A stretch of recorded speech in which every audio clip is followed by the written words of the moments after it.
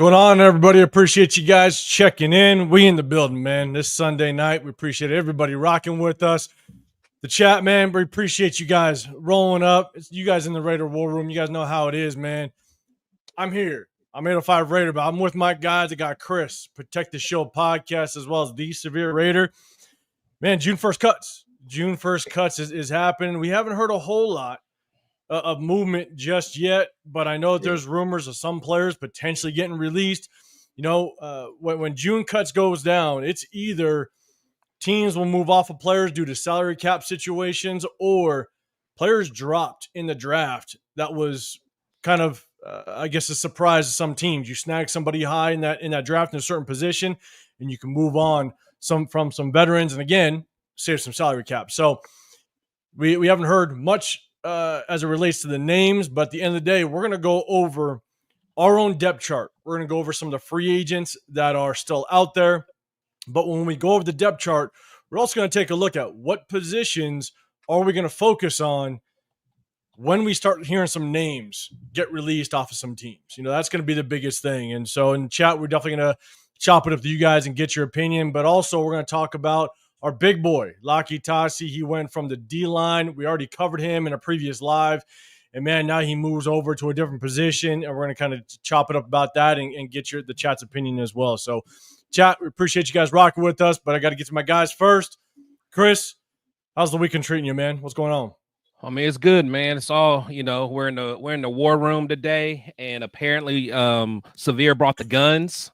So, you know, I feel safe. You know, he got the guns out. So, you know, the war room's ready to 36 inch pythons, bro. Let's get it. Man. Sun's out. Try to get my LS on, man. You know, you feel me? Hey, LS. And I think LS is in the building. I see you, LS. I see you, Severe. Severe's looking straight at you on this Sunday evening, man. It's gonna be legit, man. But hey, guys, make sure you guys hit that sub button as well. We definitely appreciate it. Make sure you guys hit that notification. We like to do kind of a sub only chat a little bit to show our appreciation to all of our subscribers. And appreciate it. Hey, if you guys do have a question for the panel, big one, I see you, man. Hit that hashtag Raiders. Again, it just helps me kind of navigate through the chat. So definitely appreciate it. But Severe, outside of showing what you've been hiding the last season and a half underneath those sleeves, what else is happening this Sunday? Man, what's going on? Man, I was doing some stuff around the house, man, and I was late taking my girls home, and I was like, dang. That's why I was like, I had to push it. I was like, man, am I gonna try to change real quick? I was like, forget it. I know there's people in the chat glad we pushed it just a little bit. Now they're happy. No, man, this Sunday was, man, I'm telling you, I was stressing to get that start 'em bench 'em cut 'em in real quick. To be honest with you, I took my kids. We went to a little arcade area and got some pizza and arcade. Let them play some video games and stuff. And then I hit that little happy hour menu, and apparently I saw $3 Pacificos all day. I was like, oh shit. Oh, okay. You know, you ain't gonna tell me twice. I was like, and I just put the lady on. I was just like, every 7 minutes, just bring another one. I just put on the 7-minute clock. I don't care if you see another one still in front of me. Yeah. Exactly. I was like, every 7 minutes. I was like, even if I move from this seat, I'm over in the arcade area following my kids. Just find me. I'll be there. So she was good, man. And so I'm gonna continue it with my guys and the chat and everybody in the war room. And so, man, we appreciate everybody rocking with us. Let me get to the chat, man. Appreciate everybody rolling, man. You guys are flying in quick. Chewy, what's going on, man? Hey, Chewy, I think I saw you on with Jeff. I think you just started your channel, guys. Make sure you guys go check him out. You know what I'm saying? Show some support in the nation. Yeah, man. Go check him out. I think I saw him with Raider Shield family, I want to say. I think that's where I saw him. Probably. I think he's been popping on here and there. So, guys, go ahead. Check out Chewy, man. Just show some appreciation over there. Just go check him out. Rick Rock, what's happening, man? I appreciate you rolling. Sacktown, what's going on, brother? Appreciate you, man. God. Once again, always good, man. Seeing you in Bakersfield, man, it was a good time, without question. Raider Pete, what's going on, man? Appreciate you. P Ring in the building as well. Hold on. Go back. I didn't get a chance to read that. What did he say? What did you say? Been a minute since that Tyree ran over. Man, yeah, if you talking about like when I Early say videos, that's like one of the first ones. That's like one of the first ones I saw. That's one That of the put you on first the ones. map. That put you on the map That's right there. one of it the was an first early ones I rant. saw, Yes, it man. was. I think that was probably week like week 4 of the 2023 season. I kind of just started the channel. I had to go on my rant, man. But man, Raider Pete, I appreciate you. And I think Raider Pete, we did see you. I saw you. I think I was with Turf and them. I think we did see you at one of the tailgates, man. But I appreciate you rocking with us. P Ring, what's going on, man? Appreciate you. Good seeing you in the building as well. Jen Slinger, what's happening, man? You always rocking with us. Welcome back, man. Jen Slinger was in Hawaii for a little bit. Welcome back to reality. Welcome back to the Big Island, man. I appreciate you. Or shit, not Big Island, mainland. What's going on?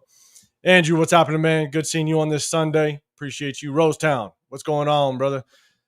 Daniel Kim in the building.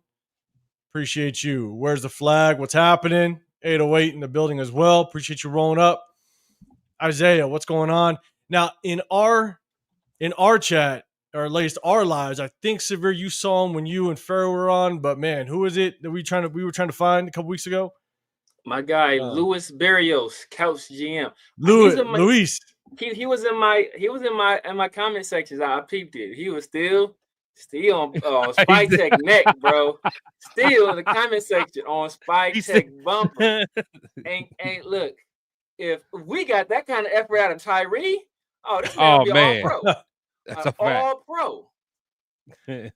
I'm telling you, man. I don't know if I've seen Luis in our chat yet in the Raider War Room. I'm not sure. I haven't seen him yet. So I know he's out there. I know he's still kicking. He's still alive. Come on back, Luis. Come on back, man. Man, or we were just the ones that went live too early after that draft, and he was like, PTSD. When he think about us, he's like, nah, I can't even go on that. Yeah, forget these guys. Marcus, what's happening, man? Appreciate you rolling up. LS, always good seeing you, man. Again, Severe's trying to match up. I'm just letting you know. Better watch yourself. Forrest, what's happening, man? I appreciate you rolling up here, man. Big 183 Raiders. If their trenches stay healthy for 10 plus games, we will win 11 games. Man, if we were healthy last year, I'm with you. You know what I'm saying? Christian Wilkins healthy. Malcolm Kuhn's healthy. I'm with you, man. If we stay healthy, we can get after quarterbacks, get a good rotation in there. I'm with you. It's not far-fetched to see 11 games. Yoshi, what's going on, man? Appreciate you. Let's get a special shout out to Forrest, man. Man. I think my guy dropped the super. Yeah, all right, I'm gonna get down there, man. I appreciate you. Let's keep going. Let's go. Yoshi, what's going on? Super Omnicron. What's happening, man? Yes, please hit them likes. Super Omnicron. Let's see what's going on. God, I just see the next comment besides Landon Ramsey. Hey, we're ready, people. We're gonna get into it. I promise. We're gonna talk about some free agents. Jason Downs, I love the picture. Down. What's going on, man? Come my dog Jeff lacking, man. Dang, why you do my dog Jeff like that? Oh man. You just waited for that one. Oh man, you put some effort in that one. Raider Rich, what's happening, man? Appreciate you. And Forrest, man, I appreciate the super chat, brother. I appreciate you. And we're with you. Yeah, man. Let's get this started. That might be a severe Raider record, man, for the biggest super chat I done got, man. So appreciate you, brother. There we go. Hell yeah, man. That's awesome. Who's next? That's awesome, man. Hey, that's how you start off June 1st. You know what I'm saying? That's how you start June 1st. Another massive date in the off season, man. I appreciate you, brother. And I appreciate you just rocking with us. Zer, bombs allowed. What's going on, man? I appreciate you. Eagletarian, man. It's always good seeing you in the building. Alec M rocking with us as well. Man, I'm trying to get to everybody. What's happening, man? LA Raider, what's going on? My guy from back home. Appreciate you. D-Mokes in the building. We ain't gonna stop ranting about Tyree till we see some production. Right. Exactly. You can't let up. Well, if you a 7th overall pick, we ain't letting up. Point blank. Period. Wild Turkey, what's going on, man? All right, man. I just want to make sure I kind of get to everybody. I think I got everything. I think I got everybody. There might be a couple. Dre, what's happening, man? I see you. What's going on? John Leone in the building as well. Let's see. Salute to my boy, Still Cade Savage. That's my guy. Still Cade Savage. Salute to you. Yeah. Man, I'm still trying to rock down, man. Isaiah, I think I said what's up, but man, I'm just, still Cage. What's going on, man? Appreciate you. But I do got to respond to that though. Okay, go for it. What did my dog say? Mason Graham. I mean, the pads ain't on yet, y'all. The pads ain't on yet. Yeah, man. When the pads get on, Mason Graham is gonna act a fool. I'm Look, telling man, you. I tell this story all the time about the danger of judging people off OTAs, whether it be good or bad. I remember third round pick out of Georgia, Quentin Moses. And in OTAs and mini camps, they was like, bro, nobody could block him. Unstoppable. Couldn't touch him, couldn't lay a finger on him. And I think he hit, who did he hit with the spin move? Like a vicious spin. Somebody's like left him in the dust. And then after training camp, he got cut. So so you know, like you don't let this stuff, these OTAs and mini camp stuff. Hey, football is played with pads on for a reason. So once these pads come on, we're really especially when they're not hitting, you know. Yeah. So salute to my guy Demo Speeder for the super chat, aka AOC MVP incoming. That's like, Demo, man, appreciate the super chat, brother. Whoa, man. Whoa. Hey, look. Whoa. Brock Bowers did say that. He said he was rocked up and thick. I was like, yo. 3 inches, not a big deal. So did Chip Kelly say that too?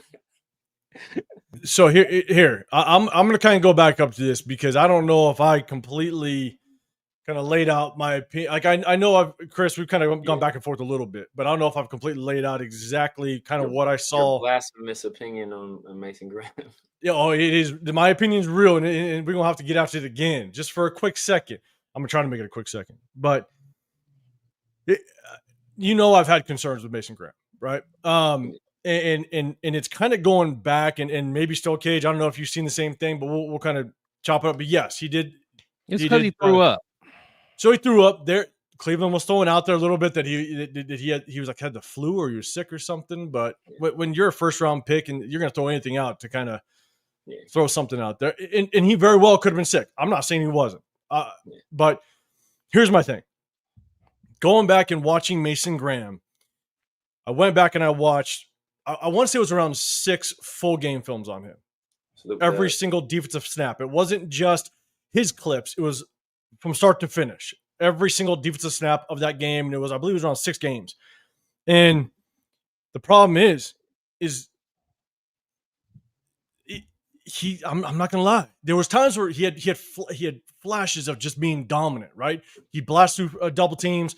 He looked violent as all hell. But I'm telling you, the biggest takes I had was, one, he disappeared in games. All of a sudden, he's gone. And I'm sitting there going, wait a second, like, why is he all of a sudden gone in the middle of the field? Why is all of a sudden it's 3rd and 1 or 3rd and 2 or the opposing offense is inside the 10-yard line, 1st and goal, and he disappears, but then he comes back into the game. And so I went back to the series prior to him leaving the game for a series or two, and I'm sitting there going, or not series 2, sorry, leaving for like 3, 4, 5 plays, and I'm just like, holy shit, he's gassed. He's standing up. He's not firing out as hard. I'm sitting there going, damn, he's tired. Okay, that sucks. And then there'd be 2 to 3 plays a game where you clearly just give up on a play. He would just stop. His motor would stop. And he's completely in range of at least getting to the ball carrier or influencing the ball carrier in some way, whether a defensive back or linebacker slows him up and he can kind of make the tackle from behind. He just gives up on it. But then also, man, so many times, he gets hung up on the double team. He does this snatch and throw. Like, I mean, he tries to he fires out, has violent hands and tries to throw them away. And there's times where if he can't throw them away, he's done. He gives up and he just gets stalemated. And so, again, it's all about talking about him as a top 10 pick. I mean, I'm not saying he doesn't have the potential to be good because the potential's there. But again, I just didn't want him in the top 10 because of the things that I saw, unfortunately. And then I'm gonna make sure I clip this. Please, because then I want you to smile. Make sure you smile. Make sure your lighting's good. Make sure 100%. Everything's good. Because this is getting quick, shout out and to I'm Martinez, not gonna let you live this down. Shout out to Martinez 209, man, who's still supporting, even though he visiting his daughter, man. Appreciate the support, man. That means a lot. Really I'll get down to that one. I don't see it, man. I'll definitely get down to that one. Yeah, 100% clip it because I'll tell you, when I saw him throw up, I'm like, I'm not. Oh shit! You're like, No, I feel you. I feel you when you have a certain thought on someone and something happens that reiterates it, and that's how I am with the Chip Kelly thing. That's how he was. Chip Kelly it was the stance. Oh, man, that's what I'm saying. Like, see, I told you. I told. So I get it. They throwing so charges on. I get it. And Genty out here dry snitching. It wasn't even Chip. It was R&B. Like, see, I knew something funny about that Ashton. Your brother named Ashton. Your name's Ashton, dog. I look questionable. But when I go back and watch the film and he disappears in series, and all of a sudden I go back, I'm like, damn, he's getting gassed, and then he's throwing up in practice to start, OT mini camp. I'm like, okay, like it's just putting 2 and 2 together, and so hopefully he was sick. I don't know. They're throwing out that he had the flu. So all right, man, you only got about about 7 more seconds on this Michigan my guy. slander. So I'll give you enough time. You got about 7 more seconds, then we're done. As LS said, if he played for Cleveland, he'd be sick too. So, so shout out to LS for that one, because that is factual right there. Man, but there's a chance that Mason Graham doesn't have the greatest gas tank right now. But he's, for the most part, you're a defensive line, you're going to be in a rotation, so that's going to give him opportunity to kind of build that up, over time. So I'm not too worried about it. Like I said, I'm not too worried about stuff right now, because as the kind of player he is, he needs to get his hands on you. He needs to get physical, and he's not going to be able to do that right now. So whatever conditioning stuff they're doing right now, I'm not too worried about it. The thing is, he's known for his motor. That's one of the reasons I loved him. Like I said, his motor, and he's a SoCal guy too, man. His dream school is UCLA. We didn't offer him because we didn't think we'd get him. So I don't blame him for not. I don't blame him for not trying. I wouldn't think we'd get him either. So look, and I don't want to stay too long. And everybody says he's known for his motor. I'm like, unless the games I didn't see, because I don't have all the access. You guys know, I don't have all the access to the game. Did you watch Ohio State against Chip Kelly's offense? That was probably the best game he did have, without question. But I watched him against Texas. I watched him against Illinois. I watched him against Boston College. I watched him against USC. USC? You guys played USC, right? Yeah, they play USC. USC and Texas. I want to say Texas. He threw a pick six that game, right? Texas, he got the dog shit beat out of him in Texas. I'm just letting you know. Like, Texas, we got killed just across the board. Yeah, we just got killed. So maybe it was the games I didn't see, because I only got to see like 6. But out of those 6, man, I'm like, yeah, it was a rough one. But yes, Ohio State was his best game out of the ones that I saw. I'll give him that. But all right, I'm off that. Here we go. Kushmob, what's going on, man? Appreciate you. And man, I saw you mutation. Next to what's going on. We gonna get to it. We got our both segments, start them, betch them, cut them, as well as the blind ranking. We're gonna get to both of them. We're going to get to Locky Tasi. We're going to get to everybody. I definitely want to say what's up. Elmatic, what's happening, man? And to answer your question, mutation, we do this for fun. We all got real careers, man. Absolutely. So that's why it's so important just to hit the like button. We do this just for fun, man. I would like for this to be my career. Like, that'd be nice. That'd be dope. Nice. That would be dope, but I'm a long way from that. Right. Doug, what's happening, if they hit the like button a little bit more, we might be able to get there. And share it a little bit. And share it a little bit. Sharing is caring. Share it a little bit. Dub, what's happening, man? Hey, everybody, make sure you guys go to Dub Raiders channel as well. Show some love. Hey, we're going to be out there. Stokey Nation. Home opener, week 2, Chargers. We're going to be out there, guys. Make sure you guys hit us up. Hit that notifications, because we're going to keep hitting you with some. We're going to be in the building, acting up. Man, and we're going to keep hitting you guys. Holla at me, I gotta get my one-on-one. I got both my dogs already had solo interviews. Make it the trilogy. You gotta make it the trilogy. I'm left out in the cold. Do I gotta take this whole sweater off to get it? I'm about to say, I need to do mine again though, because I'm still mad. I was squeezing that small little bench at Tam's, man. And then you ate a heavy ass meal too. You ate like heavy meal, heavy chili cheeseburger from Tam's. It was slapping. Oh, that's it. That's right. Cause that's when you guys went to that spot. You guys sat down and did it. Yeah, I got you. Okay. I'm like, man, I know I'm wide, but damn, West Coast, it ain't built for the big boys. You need to get that deep to back body back. That's what it is. them Waffle House booths is different. Oh yeah, Oh, yeah, man. yeah. Oh man. All right, let's go. Hey, Martinez 209. I'm here. I'm muting y'all because I'm visiting my granddaughter in LA. Hey man. Enjoy family. We appreciate you, man, but enjoy family, man. Soak it up as much as you can. Yeah. Daniel Kim, appreciate you throwing out. It goes a long way, man. Yeah, absolutely. Appreciate you throwing out the links. Rosetown, I think I said what's up to you. I'll say it again. What's going on? Hit Stick Stepper. What's going on, man? Appreciate you rocking with us. Man, let's go. I'm gonna make sure I try to get to Daniel Kim. We gotta link up, man. Every time I'm supposed to link up with Daniel Kim, I couldn't see him week 1 with the Chargers. He was supposed to be in Bakersfield. I think he had to go full dad mode that weekend, man. So I keep missing my guy Daniel Kim. We gotta link up, Daniel Kim. We definitely gotta link up. No, absolutely, and also we got to find Rundown. Rundown's got to get behind Rundown's not behind a the screen. We don't know. Yeah, Rundown's not a real person. only one person has ever seen Rundown in real life, and that's Turf. Exactly. And Yeah, Turf was, you know, he was in a questionable state of mind after buying that Kango. He was under the influence of polyester, so you don't know that. Hey, and the man of the hour, Lunatic, Raider Allegiance. What's happening, man? Appreciate you rocking with us.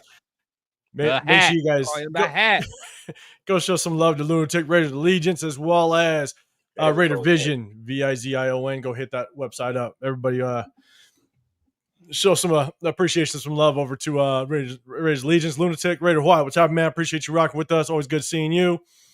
Raiders for Chris. Guys, make sure you guys go hit up his channel as well. What's happening? Judo Joe, what's going on? You got a new icon? Is that a new icon for him? Yeah, it is a new one. Okay. Is it? Like the logo, like the logo. Judo Joe Black, yeah. Now for Raiders for Chris, not for Judo Joe Black. Judo Joe, it is. Oh, what up, Judo?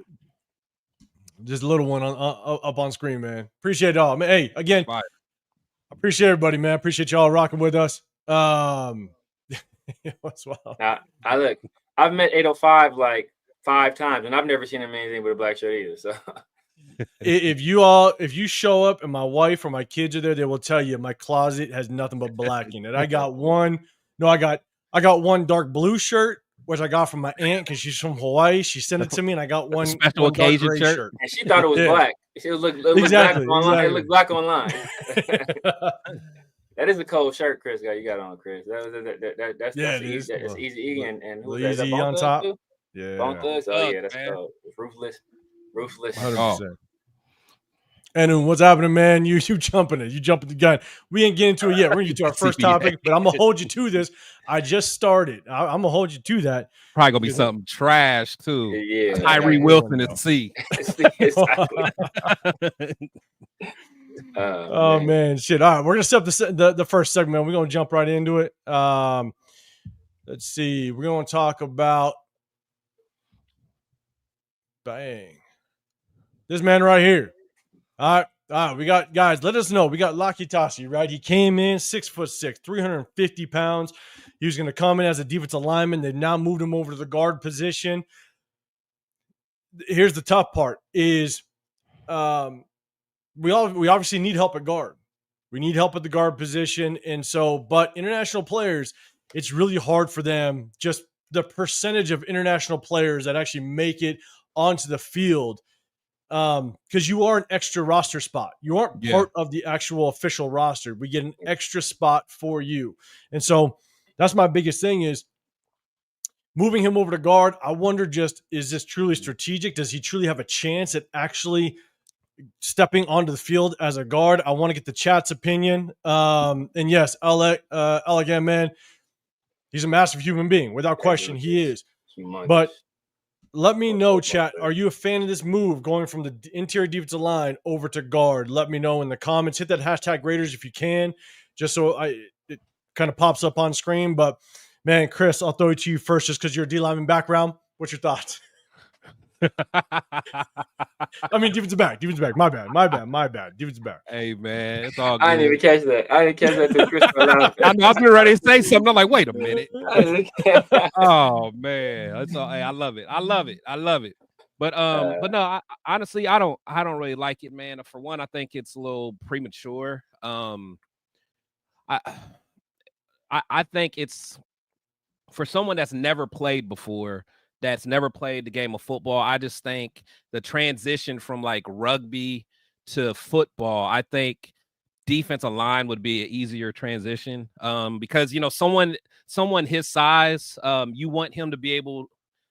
I gotta watch what I say, man. You got children in your chat. Pause. Not You want ours. him to be able to penetrate and go upfield. Yeah. Keep going. My bad. Yeah, keep going. I was But laughing but for real though, it's like you want him to be able to go upfield, to be able to attack. There is still some strategic in a mental aspect of defensive line, but it's less thinking. You know what I'm saying? It's more of kind of read and react type of thing. Whereas offensive line, you gotta, there's a lot of different calls, a lot of different things you got to kind of worry about, whether it's sliding left or right, or if you're pulling, like different things like that. I just think as an international player that might be throwing a lot at him. Not saying he can't digest it, but someone with his physical ability and his physical gifts, you just want to put him out there and say, go get the guy, or whatever, or go,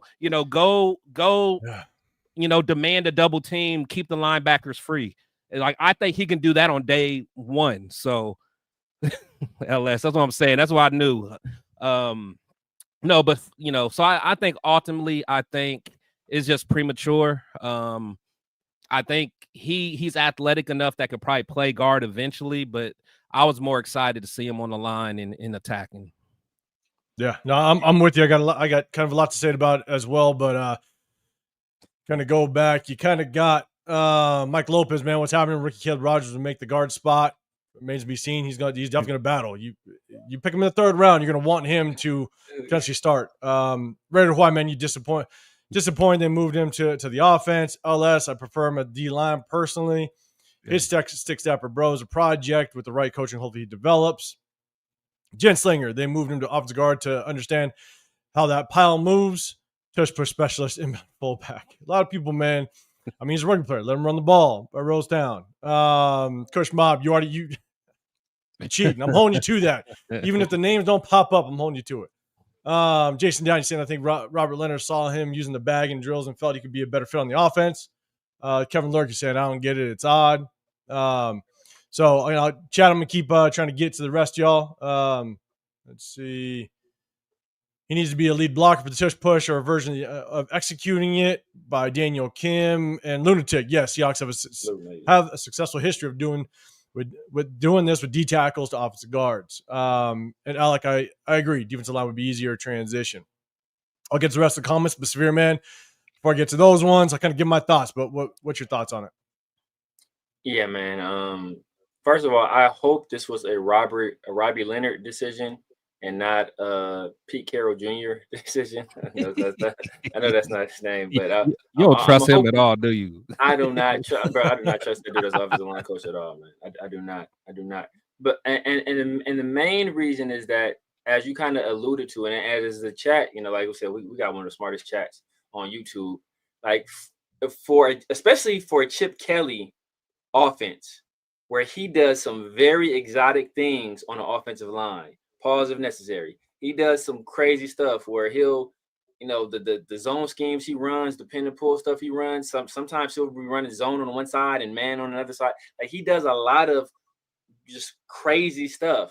So that learning curve for a guy like Tasi is going to be a deep learning curve, because he's not used to even having to play that kind of role and then playing it in such a complicated system. When you're on, right, when you're playing D line, look, hey, you got A gap, B gap. These are your gaps. Right. These are your gaps. Your A gap, B gap. Don't let nobody through this gap. Don't let nobody through this gap, and try to go get that guy. Like, that's all. That's the extent. And then you can kind of add on to other stuff later. But with his raw athleticism, he can use those tools immediately to make an impact on the defensive line with what he already has just naturally. And there is technique involved, as we see with Tyree Wilson. But like, it's easier to make that transition on the defensive side of the ball. It's harder to learn how to, when you're trying to block some of the best athletes in the world, from getting to your quarterback, you only got, you got to hold him for 2.5, 3 seconds. You got to understand how to pass off stunts. And like, it's a lot of stuff that goes into the offensive line. It's a lot. And then with guard, I think we're right now, I think we're okay at guard. We got Parham, who's a swing guard, may end up starting. We signed Kappa. We got Caleb Rogers. We got Meredith. I think we'll be okay. And if necessary, DJ Glaze would have to slide down the guard. So I don't think we're in a tough spot at the guard position right now. So, and to move them from the D line to that, especially when we don't have like a true like nose, which is what he kind of would have fit. Right. I just don't understand it. I don't understand. Right. So you guys all touched on a lot of points that I wanted to make. And Navy Vet, what's happening, man? I appreciate you rocking with us. Jack, can I see you? What's happening, brother? And Register Chris saying I think we need more depth at the O line than D line. Now we did draft a lot of depth on the offensive line. We run Alice Kappa, so I think that's it is kind of a weird transition. But here's my thing. And again, you guys touched on a lot of the points I want to make. But for a player that is so inexperienced, you gotta remember, right? A lot of people think that players can, just because you have the size and the height, the size, or what have you, you're going to come in and be a beast in the NFL. Like, you have players that have played this game their entire life and get to the college level and still can't make it to the NFL because they just don't have the technique, the mindset, just the work ethic to get there. And here's the thing is, for a young player like this, I do think confidence is going to play a massive role on how much he can grasp onto this game and continue to move forward. Confidence is going to be key. And the reason why I love to see him at defensive line is because at 6'6", 350 pounds, sometimes all you have to do is attract the double team. That's and it. You're doing Just your job. Getting away. Playing offensive line is one of the hardest things to do in sports, period. Because it's not just what you have to do, it's how you move with the players around you, the guard or tackle or center next to you. You got to understand how to double team and who releases off that double team to get to the second level.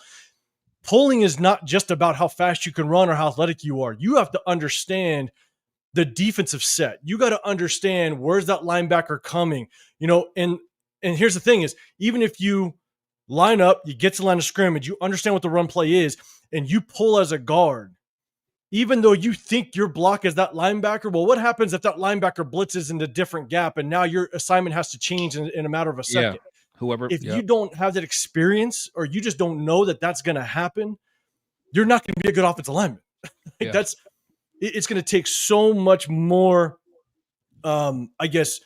studying of the game for him to find that confidence. It's just not about blocking the guy across from you and now taking his ass to the end zone.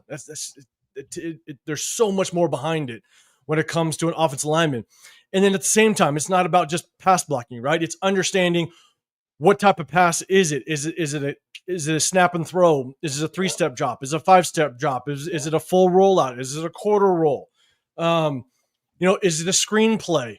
The amount of linemen that get hung up on screenplays because you just don't know how to execute it properly. And then, do you understand the angles to take when you get to that second level? I mean, there's just so much. And as a D lineman, you can find success, again, by just attracting the double team. Or you find yourself one-on-one. There's going to be guys that underestimate him because of his inexperience. He gets into preseason game. All of a sudden, he can be a little bit stronger than the guy next to him. That offensive lineman doesn't get his hips right or doesn't get to hit the correct shoulder, and now he could use his athleticism. Now, we've all seen him play rugby. We know how fast he can get. Now he gets the sideline, makes a tackle. Imagine this kid making one crazy tackle in a preseason game, and his confidence shoots out the roof. Yeah. You got the teammates jumping for him. Body. Yeah. I mean, to me, I just feel like for a young kid like this that's so inexperienced, confidence within himself is going to be massive. And trying to gain that at the guard position where you're already kind of buried because you drafted offensive linemen, you brought in an offensive guard. We have an undrafted free agent out of, I think his name's Hufford, that I think has potential to play or compete for a roster spot. I think it's gonna be tough for him to just kind of find that confidence and find his way to potentially get an actual, spot where he can maybe see the field. He'll be on this roster because he'll be that 54th guy on the roster spot, but will he actually see the field? That remains to be seen. It's like David Agoa. So, and plus, like, who's gonna mentor him? Yeah, Par him, man. Like I don't even think. I mean, Kappa. Like, I mean, I don't even think we have somebody that I'd feel comfortable even mentoring the young guy. You know what I'm saying? Like, I'd rather him. It has to be Colton. It has to be Colton. Yeah, you know what I'm saying. So I don't know, man. I don't know. Look, and to 805's point about confidence, right? Like, obviously, you want iron to sharpen iron, right? You want you want a little bit of adversity to kind of, for the guy to deal with some difficulty so he'll learn and grow. But do you think he's going to have an easier time building confidence? Where he's trying to block Jonah Laulu or trying to block Adam Butler, or when he comes back trying to block Christian Wilkins, is that going to build confidence? Or maybe he'll have some more confidence where he's going against Dylan Parham and Alex Cap. Like, that's a hell of a way to build some confidence. Like, dude, I'm kind of good at this defensive line. The NFL is easy. I'm just whipping these dudes every practice. Like, you feel me? So, I mean, hopefully, I mean, like, I think another guy that kind of made a similar transition is the player for the Eagles, Jordan Mailata. Yeah, I think he was I think he was a pathway player too, and he made the transition to guard. So maybe they see something that I'm not seeing, but I prefer them at D line. And look, we can't trust the process without question, right? There are some examples. Granted, they're very slim. There are examples of it, having success. Again, like I think it was Jordan Mailata. I think there are examples of it, but again, the percentage of international players that come to that international player pathway program finding success is pretty slim. And so, but at the same time, it also does fit a need. 6'6", 350 pounds. That's a guy that could be an absolute tank in the middle that we don't necessarily have right now. JJ Pegues could possibly be it, but we just don't have it. So that's why, when we first brought him on and we talked about it, I was like, damn, like, I want to see this kid in preseason games. Like, I want to see this kid actually get on the field. I was excited to see him on D. Could you imagine him get off a block and get to the sideline with his athleticism? And if he crushes someone on the sideline. So I was excited. Rugby is a game that's played going forward. That's what I'm saying. You're attacking. You're always attacking. So it's natural transition on the defensive line. Right. Yeah, Lunatic. Yes, it is best to implement it when he's young. I 100% agree. He's a young player. He doesn't. You can mold him from ground zero. So that is a good way to start it if you do think that he can transition that way. So, what's going on, Jerry? Appreciate you. We're not saying it's not going to work out. I just would have been damn excited to see him at the interior defensive line. Yeah, and just see what that kid could do. So, John Q, what's happening? You're saying JPJ gives me leadership vibes. Yeah. If the players want to learn, there will be a willing support system. Yeah, I think all of us. JPJ still learning. Yeah, he's still a young buck himself. You know what I'm saying? That's my thing. But I get what you're saying, John. I mean, I don't know, man. I don't know. Well, I mean, who are we? But it just seemed like a natural transition, honestly. And now, if it didn't work at D line, then let's try something else. But whatever. And Jen Slinger, I know we got a lot of JJ Pegues and now Laki Tasi that could possibly be those short yarders, goal line guys. I'll tell you, man, I gotta bet with Jack Kenna. If JJ Pegues gets carry next season, I owe him a round of beers. All right, because I mean, I'm telling you, like, could it happen? Of course, but the likelihood that these guys get carries in the National Football League. I mean, how many times does it happen?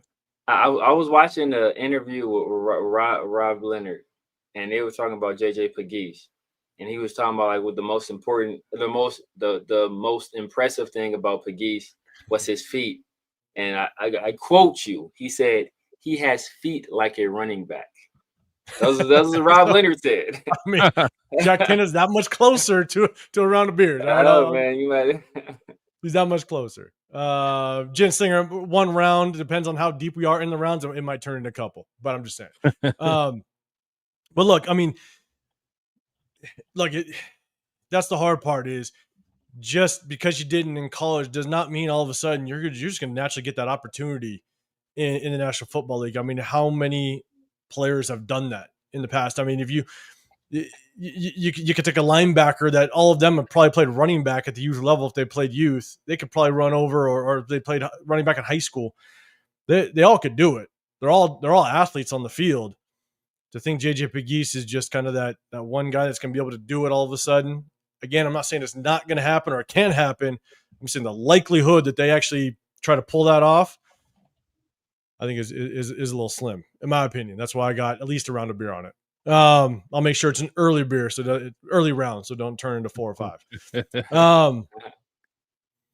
Big one you're saying, just remember, JBJ can show he knows this by teaching someone else. Easiest way to prove you know something. And Chris, to your point, you just said it. He's learned himself. I do think he's turning into a leader. He's showing all the signs. Yeah, he's doing that. Yeah, but we got to think he's learning another system, so it's almost like he's another rookie again. You know what I'm saying? Because it's not like he has any continuity. So, you know, he has to learn everything from square one, just like everyone else. So he got to learn it before he can teach someone else. Yeah, I'm with you, man. Eagletarian, you're saying I'm just interested to see how Tonka Hemingway and JJ Pegues do in training camp preseason. Yeah, it's going to be exciting, especially with the Christian Wilkins news. It's going to be exciting just to kind of watch these kids work and see what we can get out of them. I'm with you. Yes, Jack Kennedy, the bet is on. We're going to make it happen. Shout out to Bushido Brown. That's a good Boondocks reference, but appreciate the sub, whoever you sub to. What up, Bushido Brown? What's happening? Appreciate you. Let's see. Raider Ben, what's happening, man? Appreciate you pulling up. Everybody, make sure you guys go hit up Raider Ben's channel, man. He always hit you guys with lives as well, man. Appreciate you pulling up with us. Wild Turkey, I see what's going on. Appreciate you. All right. So we talked about Locky Tasi a little bit, kind of gave you our take on it. So let me kind of go back up to the big screen. What we'll do is, man, we're going to jump into the first segment. We're going to have a little bit of fun. We're going to do a start 'em, bench 'em, cut 'em, and oon. I know what you did. I think you're a CBA. I think you're a C. I started. Hold up. Hold up. I think I started. Hold up. Yeah, and noon. You the first one up. I see you. Yeah, you're that you move the players around so they it puts them in the worst possible. Let me look real quick. Let me look real quick. Let's see. Yeah, Coach Mob. No Myra. We'll see if Myra pulls up tonight. We'll see. You got to tag her. Let her know that Severe got his guns out. Exactly. Exactly. Tell her some corruptors on. Some corruptors on. Alex Raider, man, hey, we're going to talk about free agency, man. I'm going to bring up the depth chart as well as we're going to look at some free agents that are available. Obviously, Ramsey is a hot name out there. We're going to see if the Dolphins move on from him. Looks like he might. And so, Jen Singer, don't be on Jack's side. Don't be on Jack's side, man. I see you. Yeah, I can see the future. We're about to see it, Una and Un. We're about to see it. All right, let's make it happen. All right, let's go. We're going to bring this thing up. All right, you guys, start them, bench them, cut them. 3 players going to pop up with a letter in front of it. Make sure you guys put them in order. Who you're going to start, who you're going to bench, who you're going to cut, whether it's A, B, C, CBA. There's going to be a letter in front of each one. Remember, it's in the prime of their play. All right, it's not going to be on the front end, back end. It's at their prime. So make sure you guys put it in that order. We're going to have a little fun with it. Again, it's the off season. We kind of break it up. We're going to do a start and bench and cut them. And then we also are going to have a blind ranking, your top 5 blind ranking. Do that as well after we kind of get into the free agents in our depth chart. So this is a cornerback one. Start them, bench them, cut them, and Un, you already the first one in. We won't make it happen. Let's see. And with Jalen Ramsey already in the hot topic. He may have it.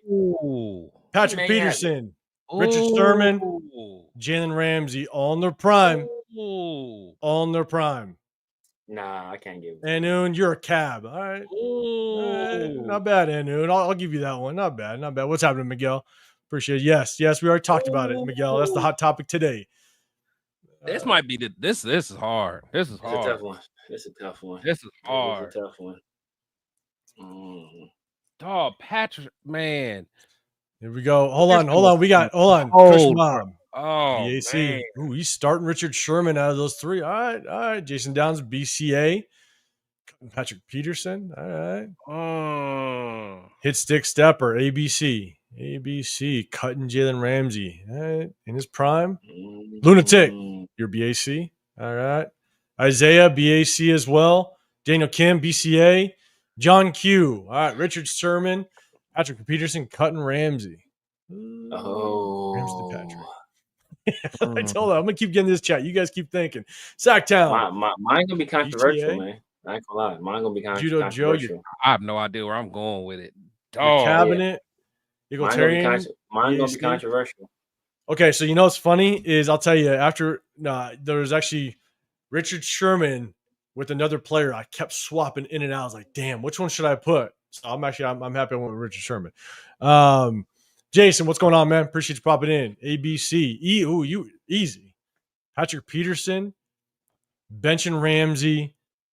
I'm sorry. Patrick Peterson, benching Sherman, cutting Ramsey. Man, he said easy. All right, okay. All right. Raider Hawaii, your BAC. Where's for Chris? CBA. Jack Ken, I'm waiting for you. Where's Coach at? Where's Coach? I'm still waiting who on are these guys? They're not Dion. Where's Coach? I'm waiting for him. Yeah, he hasn't given us his starting bench cut him from like 5 lives ago. This is the hardest one. This is the toughest one. Toughest one yet? All right, I like it. Isaiah, I think B and A are interchangeable. But Ramsey is a cut for me. All right. No. But Isaiah, you did give me, you're BAC. All right. I'll get to the rest of them. All right, Alec M, your cabinet. All right. Rick Rock, your BAC. Navy Vet, your BAC. All right. And Jack, you made your decision. Your BAC. Starting Richard Sherman. All right. So let's do this. People must forget how cold Ramsey was at the top of his game. Exactly. Look, man. Y'all just forgot. It's gonna be a controversial one. It's gonna be a controversial one out of me, man. My A is locked in though. My A is locked in. My A is locked in. It was. A is locked in. My A is locked in. All right. So Severe's confident with the A. My A is locked in. It was the bench and the cut. And even then, when I consider all factors, it made it a little bit easier. Okay. So let's do this. Who wants to? Severe. Throw your controversial one out there. Yeah, I still don't know who I'm at. I'm going to ACB. I'm mad at that. Both of those guys are more physically gifted than Richard Sherman. I hate to do it to Richard Sherman because he's from Compton. Hey, he's from LA dude. But both of those dudes are more physically gifted than Sherman. Only thing is, I don't think Patrick has won a Super Bowl, but Ram has won a Super Bowl. He's been All-Pro multiple times, Pro Bowler. I think 7 or 8 times. Where was he at first? Where was he before he was at Jags? He was at Jags. Oh no, Patrick Peterson. Patrick Peterson. Yeah, where was he at? Oh, I think it was the Cards first. Nah, did he finish with the Cards? Yeah, I thought he finished with them. I forgot where he started. Damn, where was he? Who was he with? I want to say Minnesota. That's not Minnesota. Yeah, because he had a stint with Minnesota, but that was short. I think it was on the tail end. Minnesota. Damn, what is? They're saying the Vikings too. I remember him with the Vikings. He didn't start out. Did he start out with the Vikings? I thought Vikings was on the back end. Yeah, because it was. Yeah, he wasn't. Yeah, where did he start out? Because I know he from LSU. LSU got drafted. The big one is LSU. Who did he get drafted at LSU? Minnesota. I remember. Yeah, I remember he got drafted, and then 2 years later, I thought it was gonna be a dog. Got drafted. Cards? I think he got drafted to the Cards. Damn, was he with the Cards? I think he got drafted to the Cards because I remember right after that, or was it 2 seasons? It was like 2 or 3 seasons later. Morris Claiborne got drafted to the Cowboys. I thought Morris Claiborne was gonna be a dog. I thought he was gonna be like Hall of Fame level player. He was bummed, but I think he got drafted to the Cardinals. So he got drafted to the Cardinals. Yeah. And another factor is that, you know, I think both Ram and Patrick, I think they can survive in the man scheme or in the zone scheme. Yeah, that. Richard Yep. Sherman only really played that cover 3, Yeah. and Patrick Peterson and Ramsey both traveled. Travel. They both Yeah. travel. Richard Sherman travel. did not travel. Richard Sherman did not travel. So, you know, he's a heck of a player. And then, you know, he also had the Adderall stuff, and so it's like he was lucky. I don't know if he cheating or not, but you know, I'm gonna have to go with those guys just off the physical gifts, the fact that they're scheme versatile, and the fact that they traveled. Richard Sherman only played in that zone scheme, and he didn't travel. I'm with you, Kush Mob. I don't know if you gave me the full answer up in the chat, man. But you got to give the A, B, or C, or maybe you put it down below. Don't be cheating. Sacked out. That's sacked out. I don't know what that is. Didn't Patrick Peterson just have a pick 6 like 2 years ago? Like at like 36, something like that. He just had a pick 6 not that long ago. Still balling, yeah. Hell no, cut Ramsey. Let's see. All right, Ginseng, this may be the hardest one yet. Spell backwards. Like bacon. Therefore, BAC. All right, you're starting. BAC starting Sherman, benching Patrick Peterson, cutting Ramsey. All right, okay, let's go. Let's see. From the ABC, Alex Raider. All right. Yeah, Alex Raider will meet ACB. All right, Chris. I mean, you want me to go? Are you still thinking? Yeah, I'm still thinking. I ain't gonna lie. I'm still thinking, man. For me, I'm cabinet. I'm starting Ramsey. Oh, I'm not mad at that. I'm not mad at that. I'm not mad either. That's what I'm saying. I'm not mad at that. I'm not mad at that, man. Like Ramsey was scary. Like, you did not throw his way. Yeah, you got Patrick Peterson on the bench. And Severe, I think that's the hardest part. And that's why I was kind of teetering where I went with this. Because Richard Sherman, he thrived in Gus Bradley's system, which was just a cover 3 system. Yeah. You know what I'm saying? And so, yeah, you may not have went his way, but the thing is he thrived in that just one system, which was more zone based as opposed to man to man. Yeah, that to me, that's what was the kicker for me. I'll tell you who I was going to put up here, and I'd be curious as to how you guys would feel, and I'll put him. I'll let you know who I was going to put up. Yeah, hold on. Let me. Yeah, because then you're gonna mess my mind all up. I'm still struggling, man. I'm still struggling.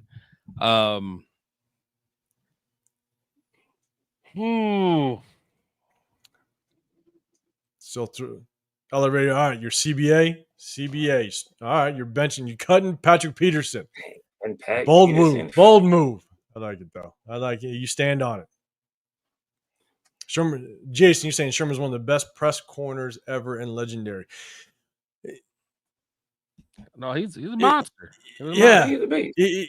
Here's the hard part, though, is I'll tell you, he was a good press corner, but a lot of the times when he played the defensive system that he played in, he was able to press and then bail a lot. Exactly. And so he was able to get his hands on him, but he had the comfort knowing that he could bail, and he just played on top of receivers a lot in Gus Bradley's system. And so he was a beast without question, but he had that comfort to be able to press and just bail. And when you have that, knowing that you're playing that cover 3, so you're just playing that deep therd.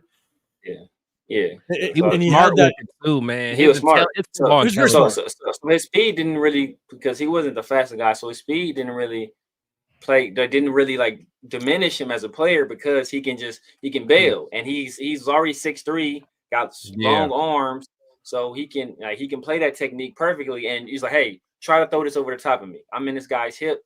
I know I'm gonna make sure I know I stay attached to him, and you got to throw over the top of me. I la that pass to Crabtree, right? Like in the NFC Championship game, the perfect example right there. Like, in fact that you let Crabtree get behind you, that's troubling. I know. Exactly, and Lunatic only got the 805s. In here, don't you worry. I got some refills down below. Don't you worry. That's what's in the cup. Salute to you, Lunatic. Just you keep doing your thing as long as we don't see certain hats. That's all we got. That's all I got to say. It's right, not Friday, so I think we're safe. I think I'm gonna have to. I think I'm gonna have to go ACB as well. What up, G fan? ACB as well. But man, it's so hard. Because I really like Sherman. Like when Sherman's peak, like when his true prime, he was a clear cut number one corner. It wasn't even close, really. I mean, and honestly, the way that Gus Bradley and them played that defense, like a lot of other defenses try to kind of mock it, like because of him. That's when you start looking at those, taller corners, the guys with the long arms. I mean, even Brandon Browner and all those guys. And I mean, even the Raider, we tried to start getting guys with the long arms a little taller. But the thing is, his physical attributes as far as like speed and stuff, but then it's like his intellect made up for a lot of it as well. He went to Stanford for a reason. But honestly, but Peterson was just a straight dog. Ramsey, I mean, honestly, I wouldn't even be mad at putting I mean, they're that close, Ramsey and Peterson, but this was a good one. But I'm gonna go ACB as well. Your ACB? Yeah, ACB. But ACB. All right. That to me, that by far was the toughest one you came up with for me. That's the toughest one? Because, man, I'm telling you, I wish I would have saved the early ones. Because the early ones were a little tough. And just it was one that was tough. It was one that was tough. I mean, chat, not counting Luke Kuechly. Not counting Luke Kuechly, the Luke Kuechly slander. Kuechly was slandering Luke Kuechly, man. Man, I was like, Kuechly? The Luke Kuechly one, man. It didn't hit you, Chris, but then you had to kind of go back and watch. The numbers speak for themselves. I was like, okay. Yeah, it was crazy. JD, what's going on, man? Appreciate you rocking with us. Hey, I don't know if have you guys seen JD? If you guys are new to the chat, salute, JD. Kind of do a sub only. So if you guys are new subs, just hit that hashtag, hit new one, just so we know you're just new. It's something we like to do, just show a little appreciation to our subscribers, all that fun stuff. And so if you are new to the channel, guys, make sure you hit that hashtag new one, let us know. But we appreciate everybody in the building. Make sure you guys hit up Chris Protect Show Podcast. He's up top. Severe Raider down below. I'm Made Raider Real Talk. Raider Nation, we appreciate y'all just chilling with us on this Sunday. Something we do. JD, that's a true comment. Raiders, we did always have the tall, long arm. Yeah. I mean, ever since the back in the day. That was Al Davis' thing. That's a good point. This Namdi was a perfect example of Namdi. Yeah. Goddamn spider. That's from safety. Yeah. Safety. So, all right. So a little something we like to break it up. It's the off season. We may not do it during the season because look, during the season, you guys know if you guys have rocked with us for a while, we like to break down film during the season. We cut clips of the previous game and we rock out on Sundays. We just kind of recap the game. And so in the off season, when it's kind of dead, we try to rock out a little bit. At the same time, after our next segment of just trying to break down our current depth chart, some of the free agents, then we're going to have a top 5 blind ranking. We have a little fun with that as well. So, what's up, man? Hey, Rick Rock. Hopefully you're drinking something with me. I appreciate you. Jack Kenna, what's happening, man? Everybody, if you can, hit that like button. Also, share it if you can. Share it to any of your social media handles, all that stuff. Definitely spread the word if you can. We definitely appreciate it. All right, let me set up the next one. So what we're going to do is, first, let's take a look at our salary cap. All right, just because, look, one way to look at it, and this is our salary cap. All right, and if you guys can see it, we currently are roughly around 36 million. And as it stands right now, I believe we have to spend around 89% of the current salary cap. And so you can roll over a little bit. And I believe what was the salary cap this year? It was like 270 million, so around there. I forget the exact number. But at the end of the day, you guys spend at least 89%. You can roll over some of the salary cap. Yeah, you want to hold on to some just in case of injury and stuff like that, right? We did that a few years ago. Probably about 4 or 5 years ago with Derek Carr. We brought on who was that receiver? Played with the Eagles, dangerous return guy, slot receiver. Aguilar?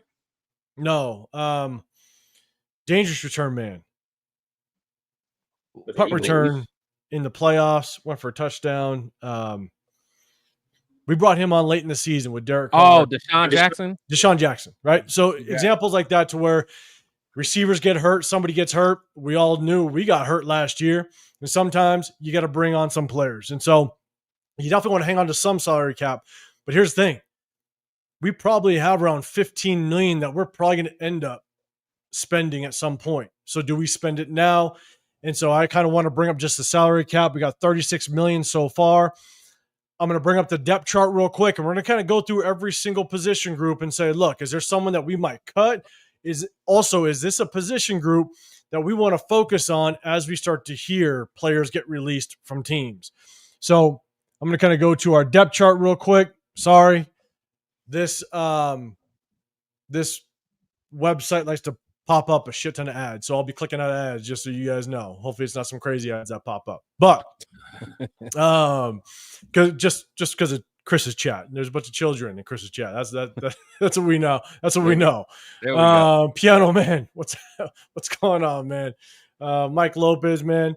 I appreciate the super chat. You're saying trade for Ramsey, Porter, and cornerback. Trade Ramsey, Porter. Trade for Ramsey. Porter at CB and Bennett at nickel. So you'd be your I got you. Okay, so Ramsey would number one. Would be Ramsey, Porter, and then Bennett would be in a nickel. We're going to talk about that. When we get to the defensive side, we're going to talk about Jacorian Bennett, mainly because of Chris up top there. But we're going to talk about Jacorian when we get to the defensive side. But, man, Mike, I appreciate the super chat, brother. Appreciate you. Appreciate you. Let's see. All right, so let's start off. So let me actually, I'm going to move up. We'll go opposite side. Let's take a look at the receivers first. Chat, let us know. Do you think the receivers, do we need any help at the receiver position? I'm going to kind of say at this point, no, because we brought in a lot of help. Severe, I'll throw it to you first, man. Any thoughts on the receiver position? Do you think there's someone that could be cut at the same time? Do you think we're focusing on this June 1 cuts? You know what I think could be cut? The fact that we got this dude starting at left outside wide receiver, like what? That's wild. Yeah. That's crazy. But, and I know they had rumors of Jacoby playing in the slot full time. I don't think that's the move. I think Jacoby's gonna be an outside receiver. I think he'll split time between both areas because Jack Best is not an outside receiver. I think you try to put Jack Best outside full time, he gonna struggle early on. So in the slot, you give him two-way goals, let him use his quickness, his kind of his physicality on the breaks to kind of create separation. Like that's his best area right there. I would like to add another guy just because who is in Colin Johnson. I'm not super high on him. Zachary Franklin, Shedrick Jackson. Who is this Shedrick Jackson? It's like a fake Freddie Jackson. Like man, I don't even know Keyshawn Smith. I have no idea who Keyshawn Smith is. Keytron Jackson. Like I don't know who any of these people are. We need to add. At least my guy Alex. At least they don't got Alex. But no, he's there. Never mind. I got him in the slot. But I said, at least don't got Alex Bachman here. But he is there. So they got him over your boy Kyle Phillips, man. I don't believe it. I heard Kyle Phillips been looking good. That's what I heard. I heard he's been looking good out there. So so we'll see. Like I said, Trey Tucker, your spot is not scared, brother. But I would like to add another veteran. I would like to add another veteran at least. It doesn't have to be like a super expensive guy. Like I know Keenan Allen been the guy rumored. Gabe Davis another guy that's been rumored. It doesn't have to be a guy like that, but I would like to add another veteran presence. That's a little bit higher caliber than Colin Johnson. It's Shedrick Jackson's low-key Bo Jackson's cousin or nephew. We would have heard about that if that was coming down the roster. Rumors of Chubb coming to the Raiders. Names though. They do sound like basketball names. Zachary Franklin sound like a hooper. Egalitarian, man, and Jinska, man, I appreciate you saying we're close to the 89% mark. Appreciate it. And yeah, that means that we can potentially bring in someone kind of around that vet minimum. That's why. But at the same time, man, if probably the biggest player and I could go back to it. I don't want to scroll back and forth, but the player that we could potentially move on that would have the biggest impact, I think, to our salary cap would be someone like a Dylan Parham. Because I think if we move on from Dylan Parham, I think we will gain around like 3.2 million to the salary cap. If we cut him, he's like a 200,000 dead to the dead cap. But then if we cut him, we actually gain roughly around 3.2 million. And so that's one name to kind of just watch out for. I don't think it's going to happen, but if we want to save the player that has the most potential to save us some money and bring in some salary cap, I think it's Dylan Parham. It's going to be hard for me. It'll be hard to do that until I see which version of Alex Kappa we're going to get. Okay. I agree. Honestly, I mean, as much as I'm not big on Parham, what Alex Kappa showed us last year, that's just nasty work. Yeah, so it's like, I don't even know if I'm even ready to let him go as of yet. So I might pump the brakes there, to be honest. No, I'm with you. We'll talk about the offensive line in just a second. But for me, receivers wise, I think honestly, I don't see us bringing anybody on. In my opinion, and a lot of people have kind of thrown Trey Tucker's name out there to trade or what have you. Look, Tommy Millott could come in and take his spot because he still is a 4-4 guy, I believe. In Trey Tucker, he's got 2 more years on his contract, so I think moving on from him is going to be really difficult to do. You still want to get the best out of him if you can. And besides that, Deontay Thornton is really the only outside guy with speed. So it's going to be tough to kind of get rid of the speed that we have. So I don't see us moving on from anybody, and I really don't see us signing anybody. But Chris, man, what's your thoughts on the receiver spot? Yeah, I really like kind of the rumors that I heard about us, looking at potentially trading for what's his name? Jameis, what's his name from the Lions? James Williams. Yeah, something like that. I would like, something like that. There's someone that can bring some explosion right away. I'm not one of them guys. I'm not interested in Amari Cooper at all. Not really interested in Keenan, but I mean, I'm more interested in Keenan than Amari. But yeah, honestly, I would like to see Dante, end up being a starter over Trey. I would like to see Trey get the ball maybe in space, but yeah, I would like to see one more guy that can stretch the field that is adult size. Yeah, facts. Please. I mean, your boy might be available soon. Who? Your boy Stephon Diggs. Hey, the one guy honestly I keep forgetting about is this Colin Johnson guy, the guy that came from Chicago. Like 6'6". He's oh 6'6", he is 215. Like yeah. I think he's strictly a red zone type of guy. He hasn't done anything really at wherever he's gone. He's went, but 6'6", 210, 215. Yeah, if you can get him situational, I don't think he's that fast. Yeah. And Beatty brought him over. He's with them in Chicago, so Beatty brought him over for a reason. Yeah, that's true. Yeah, I forgot about him too. Piano Man, what do y'all think about the Jets adding the Bible? I have no clue what he's talking about. I don't either, bro. I'm lost, Piano Man. I'm just letting you know. I'm lost. What up, Beezy? What's happening? I'm confused. We got voted most improved team, yet Vegas has a 6-5. It's because it's what they do. But look, Vegas was not wrong last year. I'll tell you that right now. So we only won 4 games, right? So yeah, so we'll see. Yeah. Yeah, Jin. Chris is right. Hopefully, Kappa. We get the capital of a couple years back. And look, yes, Mike Lopez, Zachary Franklin. I'm telling you, I do like him without question. I think the reason why we did watch him. Yeah, I mean, we went over the undrafted free agents. I like him a lot. The thing is, I think he just had a really slow 40 time, and that really hurt him. But when you watch the film, you don't see the slow 40 time.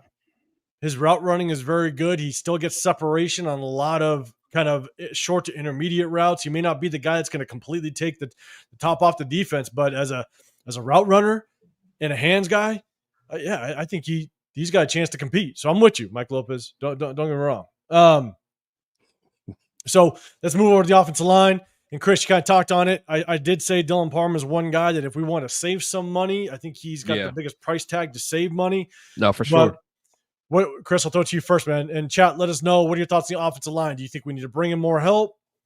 Let us know, chat. Chris, what's your thoughts on the offensive line? Do you think we need to bring somebody in, or are we cool? And who can get cut? June June 1st. It's tough, man, because, again, Parham, like, I don't trust him at all. But then again, I gotta see what Kappa's looking like, honestly. Like, I don't want him to be like those other veteran guards that we've been bringing in. What was the guys like? I think it was like 2 years in a row we brought in a guy and neither one of them panned out. I forgot their names, but guard. Yeah, it was Van Roten. Van Roten. Yeah, it was Van Roten. And then the year before, it was another guy. Van Roten was rough, but he actually turned out to be okay towards the tail end. I mean, he was serviceable. Yeah, but who was the one before that? The year before that. Oh, before that, not Cody Whitehair. Don't you mention his name? I already know you was about to get you. You gonna make me ruin tomorrow. I got more drinks underneath here. It was before Van Roten, though. I forgot who it was, but it was. Brought him. Then we brought him over for. Did we bring him over from the Niners? I forgot, but it was I can't. Alex Bars. That is him. Alex Bars. Was it Alex Bars? Alex Bars. Yeah, Alex Bars. We brought Alex Bars, and then then Van Roten or Van Roten that next year. Yeah, so I just hope that. I mean, Van Roten was decent because at least he was like physical. You know what I'm saying? He had like that mean edge, so he was kind of like somewhat an enforcer, but. Yeah, I got to see what Alex Kappa do, man. Yeah, what up, Cool Kev? Appreciate you rocking with us. Yes, Alex Bars. Yeah, that was bad. But again, and Alec M, that's the last time we are going to mention Cody Whitehair. Okay, the last time. God, Pete was damn bad, it. God, that guy had me throwing shit. How did Pete go to a Pro Bowl, man? But see, I think the year that he went to a Pro Bowl, he was at guard though. That was the problem. Yeah. And then we tried to bring him in at tackle. And that's why when we signed him in the preseason and when Cody Whitehair came out, mind you, like I have a video on it. When we signed Jordan Meredith, I was stoked about it. I thought Jordan Meredith could compete at the time. And then when I saw him against the Cowboys in the preseason, I was like, holy shit, this is a kid I think that can start. And then Cody Whitehair got to start, and I was just pissed. And I was throwing shit in my room. So I'm just saying. But yeah, Andres Pete, man, yeah, just horrible. God, he was bad. Now, he was terrible. Here's my thing, Alex. Ready? Y'all think tomorrow Monday's team will start cutting players or trading? I'm sure we're gonna start cutting players. Yeah. Tomorrow. Yeah, I can see it. But here's my thing with the offensive line is the biggest wild card in my opinion is Thayer Mumford. We want Sweet Feet to stick around. Sweet Feet. We want him to stick around. If you know, you know. But like getting hurt. You got hurt now. I'm just trying to figure out with this offensive line. You got Charles Grant, right? I'd hate, and when I say Thayer Mumford's a wild card is mainly because Gerard Hufford, the undrafted free agent, he played everywhere. He played guard, he played tackle. He's very versatile. He can play everywhere. Will Putnam, I don't know if he stays on the squad. I'd like to see Gerard Hufford battle him out. It'll be good to watch him preseason. But Thayer Mumford, he's a wild card to me because I'd want him to stay on this roster only because I'd hate to see one of our tackles go down. Right. Charles Grant gets thrown in. Swing. I don't want Charles Grant to get thrown in too early. Like I want him to be able to just learn and get the full development as much as possible. Just don't throw him into the wolves, real quick.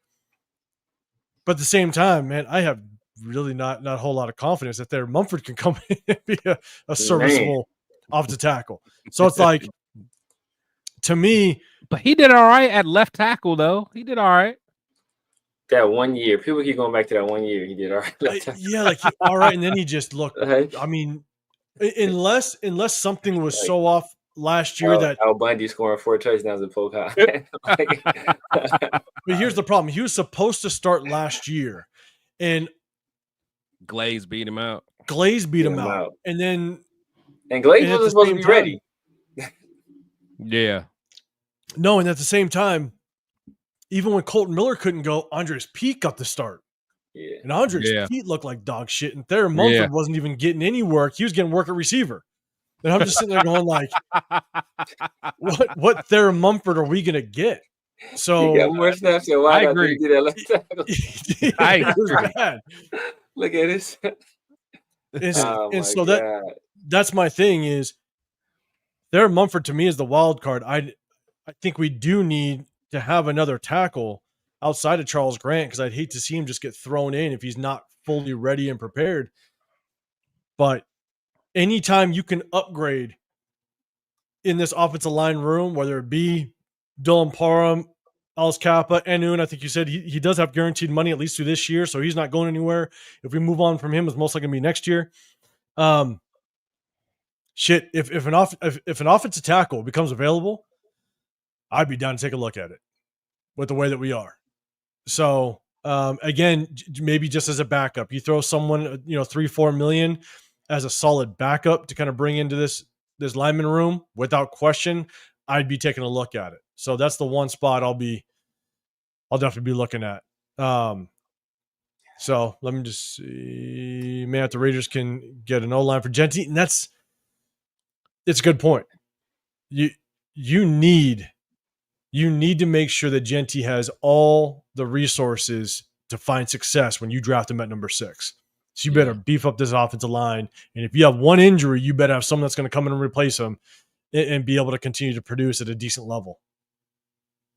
It's just looking at this O line. I mean, we're gonna trim some fat. Like Gottlieb, Ayadze, you better update your LinkedIn, brother, because you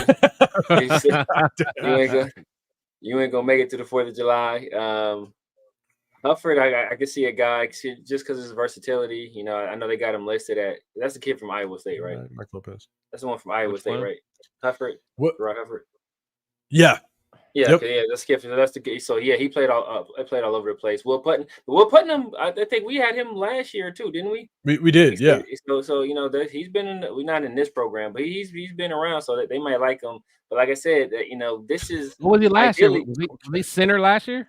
Putnam, I think he might have been on the practice squad last year. Yeah, he might have been practice squad. Right, practice squad. But that's where you can save a roster spot right there because Dylan Parham, he can play. Not he can play, but he's played at. He can play center.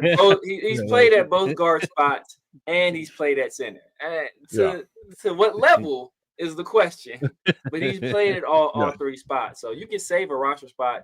You can get rid of a guy like Putnam. You can get rid of a guy like Hufford and just have, kind of Parham as that interior swing guy. And then we have, one of those guys on the practice squad. And if we need to call one of those guys up, then we'll have them already there on the practice squad. Thayer Mumford, it's tough just because we don't know what Dalton Wagner is a Sasquatch. We anybody ever seen this dude really play or do anything? I know I had some high hopes from him coming out of Arkansas. Some of the tape I saw on him looked good, but he was already an older guy. Then I think he's 6'7", 6'8", and he had some back issues. So when you got back issues, that could be a death knell. So I mean, but and then word out of camp is that Caleb Rogers has been getting the starts with Parham starting at right guard. That's what I've been hearing.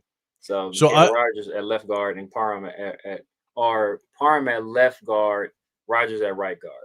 Yeah, so I think it's Rogers at right guard and Parham and Meredith are battling for that left guard position. That's what I'm hearing. And my guy Meredith is going to beat his ass out. That's all I'm saying. That's all I'm saying, guys. Okay, just letting you know. Meredith might get white haired. You might get white hair, man. Don't you put those two names together, Severe? You might get white hair. Damn it, Severe. Hey. Severe, just because you brought the no sleeves today does not mean you need to be talking like that. That's all I gotta say. Hold up. Let's see. Yeah, Isaiah, you're saying ain't Kappa starting with Parm. I do think it's going to be a battle with Parm and not a battle. Meredith's going to win, but they're battling for the spot. Meredith and Parm. And so they should pick up another lineman in camp. I'm with it, and here we go. And Cap is pretty much a 1-year guarantee. Yes, he is. I'm with you 100%. She's in the building. What's happening, Myra? Appreciate you rocking with us. Yes, we've already talked about the hat. There hasn't been a boneless wings comment, but you brought it into the building. We appreciate you. Appreciate you rocking with us. Myra, home opener, week 2. We all going to be there. We're going to rock out. It's going to be fun. Cole Cave, you're saying if they don't sign Colton soon, there's more changes to come for sure. We've kind of said it previously. I do think that Colton Miller is probably, if you extend him, you're going to extend him 5-6 games into the season. If he proves that he could be that Colton Miller of a couple of years ago, and kind of get to that Pro Bowl status again on a consistent basis, then I think you pull the trigger and you extend him. I just don't know if you do it right now. That's just what I think. So, all right, so let's go on. Let's move to, we got the quarterbacks. We don't need any tight ends. We're fine with tight end. I think we all can agree. Ian Thomas has been playing well. Oh, really?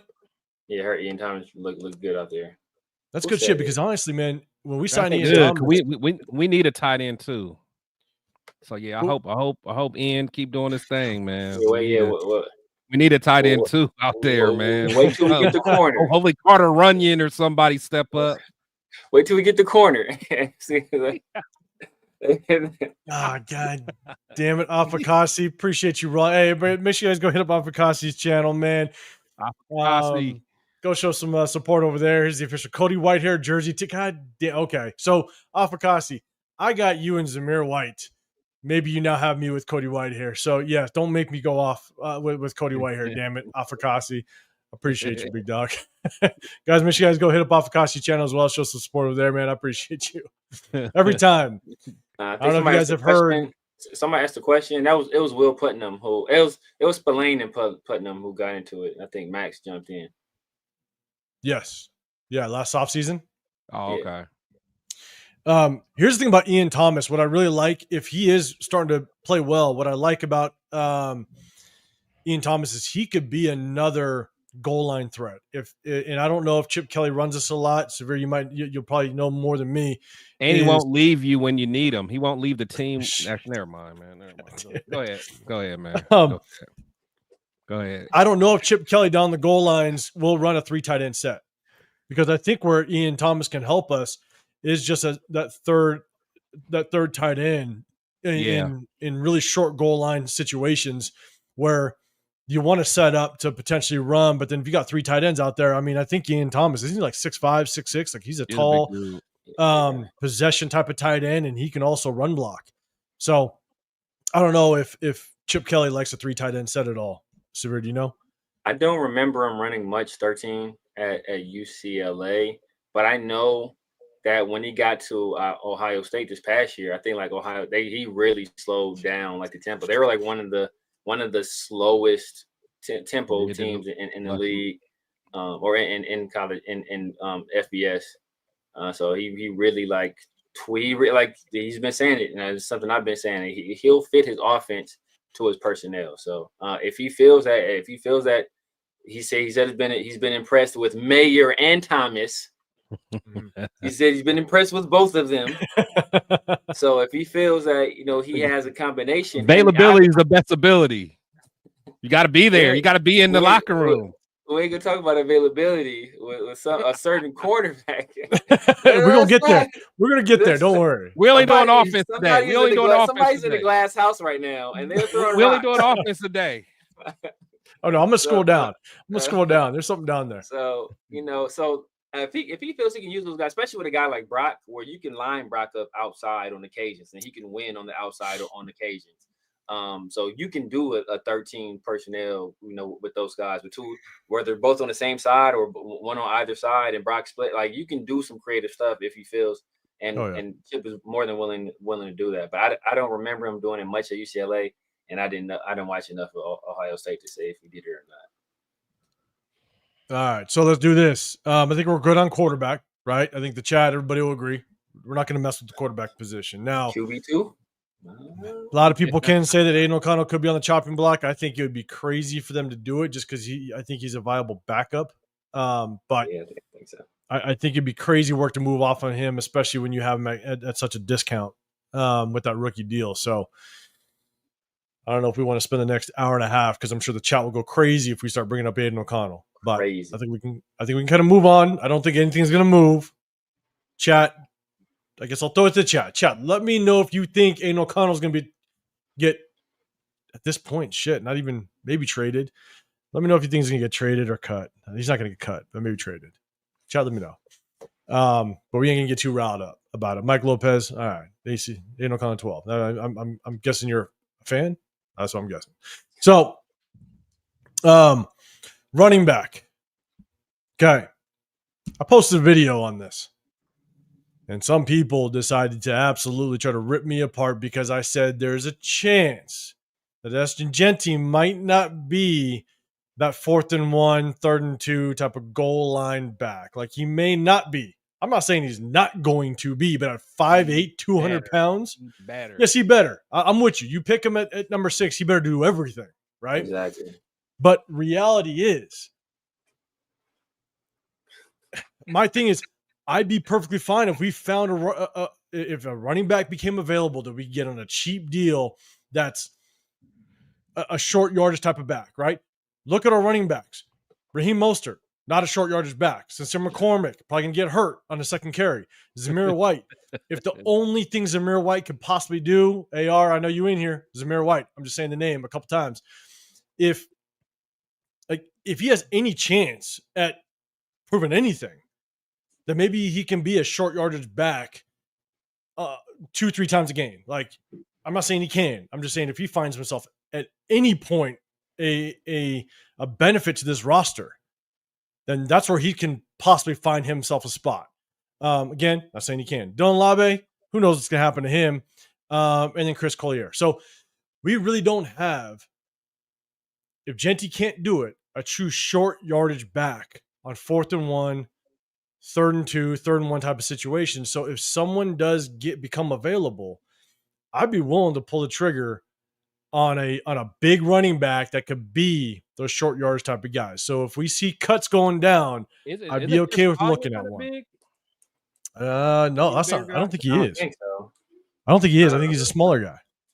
But even so, we've never seen the kid, so there's. I don't. We saw him last year. We saw him before. We saw more of him than we saw Dylan Labe. We did a little bit, yeah. So, but here's my thing though, is I had people in my comment section, the video I dropped, making the Barry Sanders comparison, and I'm just like, you're out of your goddamn mind. Like, you just gotta stop there. Again, I'm not saying he can't do it, but at 5'8", 200 pounds, what is he, 205, 208? I just don't put a lot of stock in a guy that can be a consistent short yardage back. That's why I'm open to looking at some bigger backs that may become available if we get them at a cheaper price. That's what I'm keeping my eye out on. Severe, any thoughts on that, or what are your thoughts on the running back room? Yeah, man, I ain't paying no more running backs, man. We drafted you top 10, bro. You better. Yeah. You better be the short yardage, the long yardage, the intermediate yardage. You better be, yes. You better be stitching the names on the back of the uniform. Like, you better do everything. But he's already one of the highest paid running backs in the league already off his rookie contract. So I don't want to hear nothing. Whatever we have here in house, we're gonna have to make it work. We're gonna have to make it work. Whether it be, whether we gotta get Zamir White some LASIK surgery to help this man find a gap, whatever we got to do. Dylan Labe, I don't know how we're gonna I don't know how we're gonna use him. Sincere can't stay healthy. Chris Collier, I really don't have no faith in him. But Ashton Genty, he has to be the guy. And if he gets his pass pro right, he better be in there all 4 downs. He better be on punt protection as well. Like, bro, we're squeezing you useless for the amount of money we paying you. So, and the push come to shove, you know, we have Zamir here. Well, hell, we got Brock. Brock has done some carrying. He's carried the ball some in the past. I think he was super efficient at it, if I recall correctly, too, at Georgia. In terms of short yardage situations. So we have people in house. I'm not going out paying anybody else. I didn't want to pay Genty. I for damn sure don't want to pay nobody more. So, you know, I think we have to be set, man. If we go out and sign a running back, bro, you would not hear the end of it from me. You would not. How Chris went on about that hat. You thought that was bad, bro. I would be calling y'all middle of the night, like, you know, they're ready to sign a running back, right? Like, you would not hear the end of it. But Tyler, JJ Pegues did carry the rock in college. Wild turkey. He didn't want to concede the bet already on 805. That's why I didn't bring up JJ Pegues. I didn't want to already. Yeah, Eagle Terry and JJ Pegues. You know, some beer. Jack. Yeah, he did in college. It ain't gonna happen in well, it might, but no, damn it. Easy, what's happening, man? Pull the trigger on a running back. Hey, I'm telling you, if Genty can't do it again at 5'8", I got my concerns. But that's part of the reason why I didn't want Genty at 6. But it is what it is. Coach, you missed it. God damn it! I might pull it up one last time, Coach. You missed it. How he come out of nowhere with that, though? I think he waited. I know. Look at him. That's his first comment, though. That's his first comment. That means that he's been sitting around for a while. He's been ghost riding the whip, man. Man, he had a brain freeze off that Jamba Juice. He just never recovered. Tyler, I think you said Genty 216. Yeah, actually, you're right. I think he is up there. But again, 5'8". I just don't have all the confidence in the world. But to Severe's point, pick that number at number 6. Yes, you got to do everything without question. But it's okay for me to question it. That's the thing. I guess that's the point I want to get to. No, I guess that's the point I want to get to some of the people that were in my comment section of the video that I posted. They thought I was absolute dog shit for saying that I questioned that he could do it. Then they brought the whole Barry Sanders talk. And then I just still saying that. And then still saying that. Yeah, and then I put my phone down. I was like, whatever. Yeah. Yeah. And so, but that's the thing is, I don't care if you're the first pick, the 10th pick, or 7th round pick. It's okay to question whether or not you think someone can do something. And that's all I'm doing. So, Chris, man, your thoughts. Running back, we can cut anybody? Should we bring somebody on? Are you with Severe? And it's like, we got you at 6. You better do everything. Yeah, no, I definitely think he has to do everything. Because you don't get a incomplete running back at 6. And you really don't call him a generational running back at 6 if you can't depend on him getting short yardage. Because again, getting short yardage is not all about size. It's all about just how hard you can get to. Man, never mind.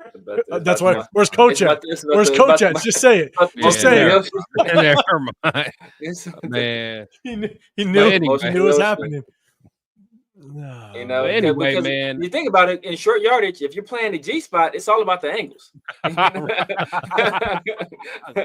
you're playing the G spot, it's all about the angles. That's how it makes sense. But yeah, man, it's beat you to it. I like it. Yeah. So yeah, but honestly, I'm okay with the running back room because I do like Mostert. As long as we can, spread out his carries, give him the ball in space. I do think, in Chip Kelly's offense, he could be a true weapon. My guy's in the building. Oh, Luis is in the building. Where you at? Hold on. Luis is in the building. He's okay. He looks like he's in good spirits too. Where you at? Wait for it. Yeah, Luis. Salute, Luis, man. Salute to you, man. So good seeing you, man. I'm glad you in the building. My tech said, "What's up?" Everybody, just hit that. Hit that hashtag, Luis. We want to make sure that he's good in the building, man. Appreciate you. Appreciate you rocking with us. But yeah, and then like Sincere McCormick, just injury prone. I want to like him though. I do want to like him. Zamir White, you guys know how I feel about him. I'll never forgive the Raider organization about their decision they made last year, but me and Severe ain't gonna go. We ain't gonna be debating all night. There's not gonna be no late night talk about that. And then Lobby, by the way, I won that debate, y'all. Y'all go check it on his channel. I won that debate, by the way. No way you did. And then Lobby is, I honestly don't know if he makes the team, to be quite honest. So we'll see. Yeah, that's so funny. Got practice squad working all over him. Alex Ray, you didn't want Genty at 6. Wow, man, that's crazy. It's not that crazy. I don't want any running back at 6 unless I'm getting Adrian Peterson. Unless I'm getting Adrian Peterson or Barry Sanders or LaDainian Tomlinson for sure. I don't want any running back at 6. But here's the thing: who was the last? I'm not going to get too far into it, but here's the thing: the last running back that was supposed to be generational, right? There's always a player in every draft that is a can't miss player, right? Last year was Brock Bowers. We actually got him. Like everybody said, Brock Bowers was going to be the guy if you got him, right? That's why everybody was crazy that people were passing on him. The year before that, Bijan Robinson. Everybody thought Bijan Robinson was going to be the next just generational running back. They were so high on him. Bijan's cold though. But how has that? He is. He's good. But here's the problem: is when you pick a guy. 8. Yeah, he's still top 10. 8. But here's the thing: has Bijan taken him to a Super Bowl? Not even close. Like, exactly though. That's why, like, running backs are complementary positions. You need a good offensive line for the running back to thrive. Yeah. Saquon, go look at Saquon and his history. He was the best running back in the National Football League last year. Why? Because he had one of the best offensive lines. Yeah. And he had all the complements around him, a quarterback, a passing game where he wasn't the focal point on that offense. And so it's not crazy to think that I don't want Genty at 6 when we are as good as we are. We still need a lot of work and a lot of help in order for that one position to find success. I'm not saying Genty's going to be bad. We just need help elsewhere. You got to have the other pieces. You definitely got to have the other. There's only a few backs, and the few that Severe named that, regardless on how the rest of the team is, those dudes are still going to eat. Exactly. Can Genty do that? If he can break tackles the way he did in college, then yes, he can. But we just have to see it happen. Yeah, and the question is, can he do it on a consistent basis when you're going against NFL caliber teams week in and week out?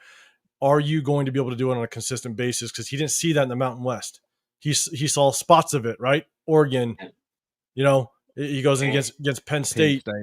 Like he saw flashes of it, but not on a week by week basis when you're getting your ass basically hit day in and day out. So basically his very first game was like he played against some NFL caliber players. Then his very last game, nowhere between did he play any like real NFL caliber players. So, it's going to be a test. And then it's not just a one season thing, right? For a guy that plays with that style where it's really incumbent upon him taking continuous contact every single play to have success. He's not outrunning guys. He's not beating guys to the edge. He's not outrunning guys and beating guys to the edge. He's breaking tackles. He's taking that he's taking a beating every single play, every time he's out there. Like, how long is a guy like that going to hold up? Especially, a smaller guy. So, and then not like, he's not slender or anything like that, but like how long will he be able to take those kind of hits continuously and still be productive before the nagging injuries start to crop up on you, and once you get one injury, then your body starts to compensate, and then you start getting other injuries, and then it's all kind of downhill from there. And just so everybody knows, we're not saying he can't do it. It's okay to question whether or not he can. It's okay. It's not the end of the world. So because how many first rounders actually work out? You can ask yourself that question amongst the entire league. How many first rounders actually work out? And everybody can have their arguments as to why they will and why they won't. LS, you wanted Jacob Parrish at 6? I know you did, man. You're going to take the hot dog water name now. All right. God damn it. I'm telling you, just remember that name, LS, and everybody else in the chat and everybody else in here. You just remember Jacob Parrish. Damn it. Myra G, appreciate it. So he's kicking with Salute to Myra. Where is Billy Davis, man? Shout out to Billy Davis. They're probably getting ready for work. Shout out to Bill Davis. Myra, appreciate the super chat. Blue Skies in the building. What's going on? I think you see him. I haven't seen you here before. If you are a new one, let us know. We appreciate it. You said the front guys are the difference of a great running back or QB. They don't transform the team on their own. That's true. That's 1,000%. Absolutely. And so, all right, so let's do this. Yeah, and man, my bad. Blue Sky, let us know. Put that hashtag new one if you guys are in here. If you guys are new to it, we appreciate you, Jay. What's going on? Appreciate it. I get it's hard to pick a running back at 6, but he was the best player available by far. He was the second or third best player in the draft. So 6, almost a steal. If you like him. See, I think the biggest thing is I think all three of us were just hoping that we could trade back. You know, like if we had to stay at 6, then, you know, it is what it is. Yeah. But we all wanted to trade back if it was possible, but we don't know if there was any other team that was interested. So yeah, didn't know if we were getting those calls. All right, so let's do this. Let's go down, and then we're gonna go down to the defensive side. Maybe we'll wait for free agents on Tuesday, man, because we're already rocking almost 2 hours, and so we're gonna go over to the defensive side so we could talk about Chris's boy, Ja'Cory Bennett. That'll be the first topic we talk about. But we're gonna back up to the big screen. Best quarterback prospect in the last few years, baby. Let me make sure we gonna get here. All right, Alex, I know you got a comment. Raiders O-line not that bad, y'all. Come on. That O-line got better after week 6 last season. It did. It got better because we got healthy. I'm just letting you know. Got better because we got healthy. Colton Miller started getting healthy. JPJ came back. We actually got freaking Cody Whitehair the hell out of there. All right. My boy Jordan Meredith decided to come in and do some work. So Parham still didn't play well. He didn't. He was the weakest link. And DJ Glaze was on the line. And he started to kind of get his feet underneath them as a rookie. So it's like it did get better. I'm not saying our offensive line is bad. We still need to find a guard to play consistently at a high level. But I'm with you. Our offensive line isn't bad, and that's why if the offensive line plays good, then I do think Genty has a really good chance at kind of proving that he was the right pick at 6. So I guess not disagreeing with you on that. There's not a running back in history that'll be able to come in and carry the organization to a Super Bowl by themselves. You've got to have the pieces in place. Yeah. With you, 100%. All right, let's go. Let's do this. We got a couple. I think we can get it done. I think we can get it done as a rookie, but still adjust to not burn him out. All right, talking about Genty. You definitely don't want to burn him out. Wait, Louis. So did you like Spytek's first pick in the draft? he liked it. That's the thing. He liked the Genty pick, but he hated like every other pick. He hated. Oh, okay. Every other pick. He hated we didn't get a line. I think it was the whole linebacker thing. I think he was mad about not getting Shedeur too. I know. Yeah, I think he wanted Shedeur. He wanted Shedeur. Mad about not getting a linebacker earlier. For sure mad about that. And I think he was mad about Shedeur, if I recall correctly. Yeah. What up, Hunter? What's going on? Chronicles of Black Hole. Genty played behind a bad O-line. He has a much better O-line now. I hope it is a lot better. Hope it is a lot better. He's also played against bad defensive line. It's nothing like it's like it's kind of a wash. It's not like he was playing like pro caliber defensive linemen consistently. No, it's still Mountain West at the end of the day. But he was the whole offense. We'll give him that without question. He was the whole. No, he was. He was the whole offense. So 10 out of those 11 players keyed on him. Exactly. Yeah. So I'll definitely give him that. And look, and I think Laud, you're saying you can't stack all those guys in the box like they did them in college. Okay, so yes, I'm with you. I think what the Raiders did do, what Spytek did, is they did help with putting enough talent around him with Geno, with the receivers to help spread this thing out. So they did put more pieces in place to kind of help him out. So all right, let's do this. Appreciate it. Let's kind of man, you guys are flying with the chat, man. I appreciate you. I apologize. Oh yeah. Man. If I am not getting to some, O-line got better. Yes, they did. I'm with you. Kitsy is gone. We ain't getting into that. Let's see. I just want to make sure I kind of get to everybody. Luis, man, I'm just happy you're here, Luis. All right. Dylan Parham's my grandmother. When my grandmother's in the hospital, he's getting abused during the game. God damn it, LS. Chewy, what's going on, man? She must have had the Raiders in the 4-leg parlay. That took her out. Oh man, Chewy, what's going on? I'll put you there. Pete isn't dumb enough to kill Genty like that. I think that is the big factor is Pete he's probably the best coach we've had in a very long time. So I think he's going to play things smart. You guys got a comment to that, Severe? I mean, unless that dementia kicks in, we don't know. that's a severe one.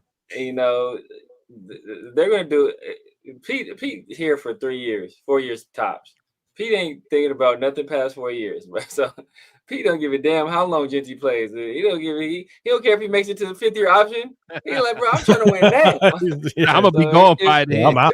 Exactly. If it takes him running Genty into the ground and Genty is never the same, we're gonna do what he got to do to win games. This is what it is. It is what it is. Chris, any thoughts on that? To be completely honest, I think Pete is going to let Chip completely have the offense. I don't think that Pete's going to really be looking over his shoulder. I don't think he's going to micromanage. I think he'll have overall expectations, but I think he's going to let Chip handle that side of the ball. So, I mean, you pay him. He's the highest paid coordinator from my understanding. So I don't even think that, Pete's going to have, I mean, he'll have some influence, but I think he's going to let Chip cook. So I guess it just depends on if Chip will do it. And Severe probably know more than me, but I can't see Chip running a running back into the ground. Now he usually does committees. That's why that's why it didn't make sense for us rehash this. That's why, in my opinion, it didn't make sense for us to draft Genty, because he usually does committees and he'll have several guys get carries. So like even when Charbonnet was there, it was still like a committee. Charbonnet had the lion's share of the work, but it was still him and TJ Harden, and we had another guy, I forget the other guy's name, but we had 3 guys that got carries. Jack Charbonnet got the most, TJ Harden was the second guy, and there was a third guy, I can't remember the dude's name, but yeah, Alex, hey, yes, it's beer. I got a little mini fridge underneath, so yes, I'm prepared for this live, just so you know. Luis, our offense is fine. I like the positivity. It's the coverage. It's the coverage of concern. Hey, but just stay with the positivity, Luis. I like it. What is going on, LS? I'll bring it to you real quick before we get to our next segment. Not to derail y'all. Yeah, you mean to derail it. I don't know. I don't know what he's talking about now. Yeah, I don't even want to know. That's a pause on that one for me, bro. I don't know. I'm moving on. Damn it. Jesus Christ! I don't even know. I see, LS. I got like pre-screen your comments. I know what he's talking about. No, that's the. I don't even want to know. Oh, man. I'm just talking about a purple Crown Royal bag. That's the only thing. If you guys look in YouTube, it's like there's like a community leaderboard. I don't know if y'all noticed it. So it has like your top 3 people based off of, it's like XP. I don't know. It's something that's new. Today's the first day I've seen it. So LS, you're number 3. You're number 3 on the leaderboard right now. Big Asian guy, tell us about football. It's a rare sighting. It is a rare sighting. Just so you know, without question. I get it a lot. My years of coaching and playing, we're gonna get to the next segment, but the amount of times I might bring my football helmet, my old school football helmet back up. But it's funny. I'd wear my helmet. I had the black visor. Ain't messing with Chris's old school football. On that turf. we know Chris's old school helmet. Yeah, that turf special. But the But I thing used is, to- but back in the day, they used to wear lunatics hats as a helmet. even before the leather helmets, they used to have lunatics hats. My bad. The best part though is my helmet I always had the black the dark visor on it, and I'd play, game would be over, we go, chop it up, shake hands, and I'd take off my helmet, and the amount of people that were surprised as shit that I was Asian was always comical. And so because no one expected that. After the game, we go chop it up. They're like, "Oh shit, how the hell did that Asian guy do that shit to me?" All right, so let's do this. We're gonna go back up to the big screen. Now I'm gonna set up the next segment. We're gonna have some fun. Let's see. This is the blind ranking. All right, so get your pen, get your paper out. We're gonna have a little bit of fun. We're gonna break this up. Then we're gonna talk about the defensive side. We're not gonna get to free agents today. We're gonna save that for Tuesday. But this is the blind ranking. So get your pen and paper out. I'm gonna set this up. Let me bring it up here. Bang. So what we're gonna do is I'm gonna bring up players one by one, and all you gotta do is put up where you would rank them. It's a blind ranking. So 1 through 5. Put them where you put them in the ranking, and you can't change it. You can't switch it up. All right, and then you're gonna let me know. Kind of put it in order. Number 1, put the player that is brought up, and we'll just kind of go in that order. And at the very end, you'll kind of go through. You'll let me know kind of how it ends up in the blind ranking. And so, unless I appreciate it. I appreciate the positivity. I had to make sure I screened that comment too. All right. We're gonna wait for Severe to come back. I want him to see that first one. Let's see. On the dark side of things, blue skies. You can't be blue skies and then say come on the dark side of things. Who's a legit backup for Geno if he goes down? ARC or I think it's Aiden O'Connell right now. Yeah, right now, without question. Yeah, I mean, I don't know about Miller for real. I mean, I know he's a little more athletic, but I don't know. With Miller, you have to just see how he's in transition to That's what I'm saying. It's like with Genty going from the Mountain West, and this is just my comparison. I'll probably blow the chat up again, but Genty going from the Mountain West to the NFL, in my comparison, is almost like a true freshman starting in the SEC. It's just like it's going to be a massive jump in competition. Cam Miller going from the FCS over to the NFL, that's going to be a massive jump for him. And so we'll see how he does in preseason at the end of the day. So, keeping the depth chart. All right, we're gonna rock out. God fam, you're saying Ashton Jelly had a high PFF grade on outside zone runs, exceeding 96 points, and led the FBS in both yards per carry and yards after contact on such runs. Chip runs an outside zone scheme. Yes, I agree. Yes, he had good stats. No one's going to argue that. And he does fit Chip Kelly's offensive scheme well. We'll see how it all works out. Yeah, a lot of appreciate you. All right, Jeff, you missed it, but shit. Okay, ABC. So you started. That wouldn't have been bad. Yeah, it wouldn't be bad. Wouldn't be bad. Guys, make sure you guys go hit up Jeff's channel as well, man. You guys did he's live right now. Yeah, you're probably live right now. You're on your 72-hour live. That's you're on. But guys, make sure you hit up Jeff's channel. Show some support over there. Appreciate you. All right, blind ranking. Let's get into it. Let's have some fun. Let's go. Number 1, rank it 1 to 5. Let's start out. First one, we're going edge rushers. Robert Quinn. Oh, that's who's that? Robert Quinn. Oh, Quinn used to get busy. He did. And remember, guys, again, when I bring these up, it's all their prime, all their top of their game. all on the top of their game. Robert Quinn, guys, let me know where you rank Robert Quinn in your blind top 5 ranking. Top 5 ranking. Let's see it.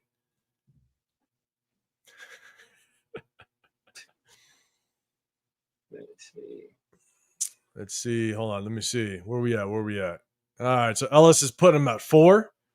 All right. Ellis got him at 4. Let's see. Reese Rock. If I'm a running back, I'm not letting 5 tackle me for shit. Unless he's part of the triads. I did. There were 20 of them. That's funny because I mean I did play all defense and I'd get your ass. Don't just know I'd get your ass. Where's Coach at? I know, right? Hey, my chat's an adult chat, Chris. All right. Yeah. All right, Daniel Kim, you got him at 4. All right, let's go. We just don't know about Miller Lewis. Stay positive. I like it. Stay positive. Isaiah, you got him at 3. Quinn Edwards. Man, even when you say dip and rip, I don't even know how to take it, LS. But, Quinn was cold. Yeah. All right. God fam, you got him at 4. Riots, man. Appreciate you rocking with us. The NFL in sacks. Sack time at 3. No, Rose. Damn it, Rose Town. That was his first year with the Bears, right? After he left the Rams, went to the Bears. I think he led the league in sacks. Maybe. I remember his time with the Rams. I think he left the Rams and then went to the Bears and led the league in sacks. I think he got busy with the Rams too, though. He did. Yeah, I think. Yeah. Oh yeah. Yeah, he was cold. He was cold. Yeah, I like his game. Was he at North Carolina? Was he at North Carolina? Oh, I forgot where he came out. I don't know if he was. But Rosetown, you need to give me a goddamn ranking right now. Goddamn, don't be like Coach and cheating all the time. There's always cheaters goddamn in the building. All right, Jeff, you got him at 5. Cool Kev, you're at 5. Okay, all right. Chewy's doing the same damn thing. You guys, bunch of cheaters in our chat. I don't recognize how I said his name. Yeah, all right, you got him at 5. He looked like Bernard Hopkins right there. Man, he does. All right, Rudder, I got him. God damn it, Jeff. Yes. All right, Jeff. Already. I can toss you to move you online. That's why I get Tyree Wilson up here. You can be stuck. All right. Next up, Robert Quinn. All right, guys. Put the number down. Next up, we got DeMarcus Ware. Blind ranking. Don't you cheat. Chad, I'll go back and I'll look. Don't you cheat. Where you got him? 1 through 5. See, I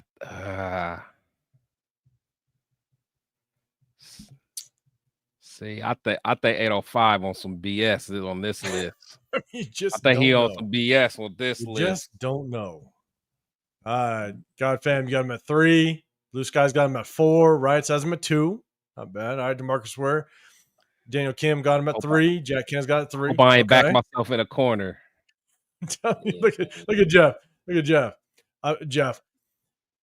I'm not an asshole. Okay? I'm not an asshole. Hey, smart. Yeah, I'm not an asshole. Don't worry. That would have been funny though. Isaiah, you got him at 2. Ellis at 3. Okay. Didn't you have Ware on one before? Yeah, starting Benjamin cutting with Ware. Oh, okay. Yeah, starting Benjamin cutting with Ware. Reese Rock. I think Reese Rock, you're the one that sends me some. I think he sends me ones that people are actually doing the same thing. It's actually kind of funny. Piano Man, appreciate it. Reese Rock be having some hilarious. He put together some hilarious posts. Yeah. The IG stories. Yeah, hilarious. All right, Sacktown got him at 4. What's up, Matt? You got him at 4. All right. Quinn at 5. DeMarcus Ware at 4. Okay. All right, here we go. I'm done. I'm not an asshole. I wouldn't do it to you guys. I wouldn't. Red White, you got him at 4. I'm worried about this one, man. Here we go. Next up. Next one we gonna rock. Let's go. Justin Tuck. Oh, that's Tuck. Justin Tuck. Where you guys got Justin Tuck?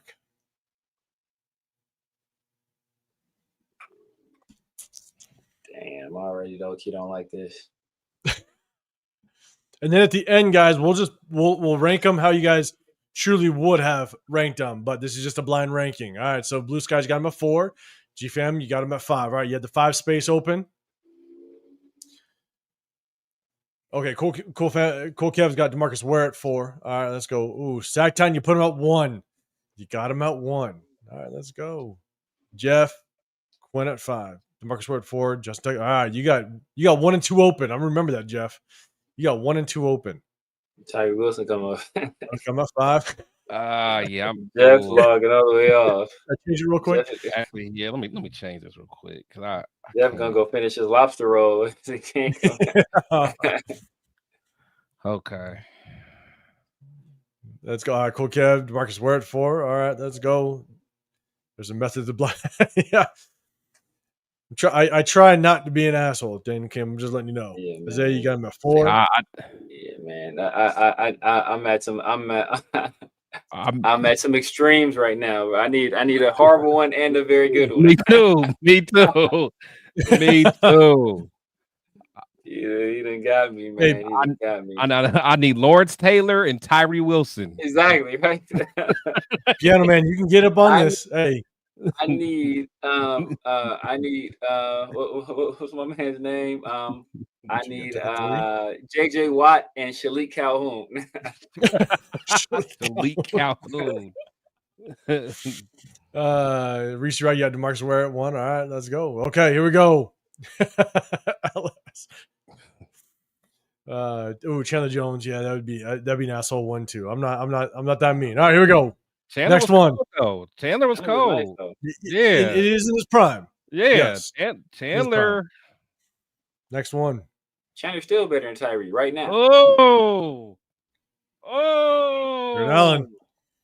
All right, that's number 4. Jeff, I know you have number 1 and 2 open. I'm paying attention. Damn it. Oh, I'm in trouble. Jared Allen. I know I'm in trouble. I'm in trouble too. If the next person is good, bro, I'm cooked. If the next person is good, I am cooked. Yeah. Ryan's got 1 and 5 open. 1 and 5, man. That's tough. That's tough. I know, man. Yeah. I painted myself in this corner. Damn, trying to play it safe with Robert Quinn, Mark ass.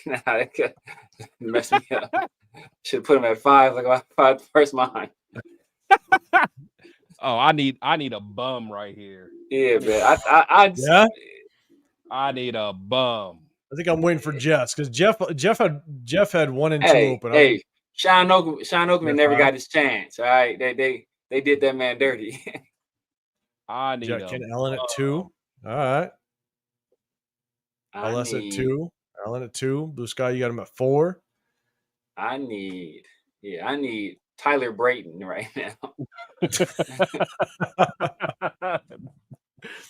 5, yeah. Isaiah's severe. Isaiah, same as you. Man. Look at that. Racy Rock. Alden Smith over everything. Alden Smith was cold. He was a bad man. Yeah, back in the day. And Justin Smith. Just the Smith brothers? Yeah. Cold. Oh, all right. The Smith I'm pleading the 5th on the no. Hey, Jeff, you need to tell me. Let's go. Cool, Kev. You got Jared Allen at 1. All right, you got him at 1. All right, let's go. Jack Kenna's confident. Okay. Before I pick up, so far. Yeah, I need a bum right here. Let's do this. Bum. Before we get to the next one, everybody in the chat, I want you let me know what spot you have left because I'm gonna keep track. Let me know what spot you got left. Yeah, see, now I ain't letting you know, bro, because that's how you get us. That's how you get. Because we thinking you're gonna get us, and you ain't gotten us yet. He finding someone right now. Yeah, exactly. It's gonna be Julius Peppers. Yeah. Damn. All right, Chew, you got the first spot left. We'll drop like Deacon Jones or something like that. Bruce Smith. Deacon Jones. Oh man. All right, Jeff. All right, I see you. You got 1 left. G-Fam, you have 1. Zach-Tan, you got 2 left. Let's go. SoCal. Jared at 4. Jade at 5. Okay, let me go. Riot C. God, a bunch of cheaters in this goddamn building. Jack Kenny got 1 left. You got the 2 spot left. Law Dog is still talking about Ashley Genty. I got it. Yeah. Daniel Kim got 1 left. All right, let's see. I need Charles I Snowden. need Bruce Smith. So you Yeah, got one exactly. left. That's what I'm guessing. Man, for real. Reese Rock wants Mean Joe Green. I'm scared. Raider White, you got one left. All right, let's go. Here we go. I'm gonna put a one comment real quick. All right, that's need you severe. I Lakers think you Robert. said it. Deion Lakers Jordan. Robert. I Blue thought skies. Deion Jordan was gonna be nice. Blue skies. You better Shout not out to be. you. Shout out to Oh you. man, he did it. And Julius Peppers is. Oh man, man. I'm cooked. I am cooked. Shout out to you, Blue skies. I am cooked. All right, give me your order. Give me the order you got them. Blind ranking, and then we will actually rank them in the true order. See, that's what I get. That's what I get for putting a white pass rusher at one. I did this to myself. Isaiah's right. I did this to myself. Isaiah, you pumped about it. I did this to myself. God damn it. So LS's final ranking: Peppers, Allen, Ware, Quinn, and Tuck. That works out. Yeah, that works out. That's not bad. I actually like that. Actually, that's probably how I would. I think that's how it should be. Probably. Huh. Yeah. I'll start that. We'll go back up to it. All right, let's go. Danica Peppers in my prime is scary. Yes, and it's probably scary good, 100%. All right, Jeff, you had Quinn. You had Peppers at 1, Allen at 2, Tuck at 3, Ware at 4, Quinn at 5. Quinn at 5. It's tough, but hey, you got Peppers at 1. At the top of their game, Quinn was cold. It was cold. It was cold. Justin Tuck was cold too, though, man. Justin Tuck was cold. Yeah. Too. Justin Tuck was cold too. Peppers, Ware, Quinn, Tuck, Allen. Okay. Quinn, I mean, he led the league, though. He led the league. Isaiah got Peppers at 1, Ware at 2, Quinn at 3, Tuck at 4, Allen at 5. Okay. All right. And Jeff ain't changing. He likes it. All right. Good deal. Good deal. Let's go. Isaiah Quinn should have been 4 or 5. All right. Matt's excited about Peppers. See, I wasn't an asshole. I was not going to put Tyree up there, guys. Hey, Isaiah. See, I would put Allen up higher. I will put Allen up higher. But I like Isaiah's.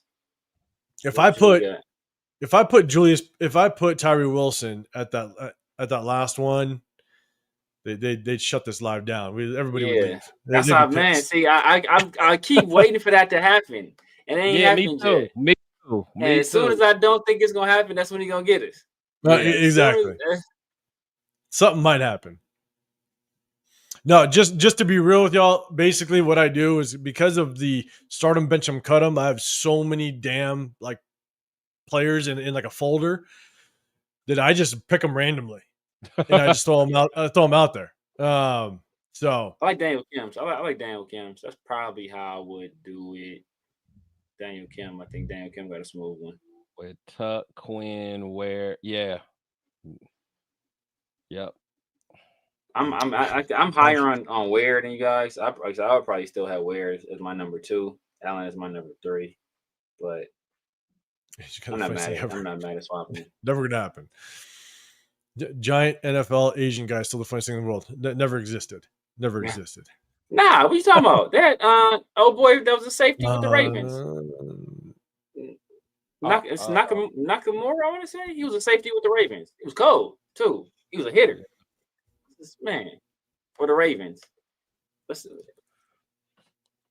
Man, honestly, the only one that I grew up because I was a middle linebacker. That win from K-State. That win was a dog. Texas A&M. Texas A&M. Oh, Texas A&M. Yeah, Texas A&M. My bad.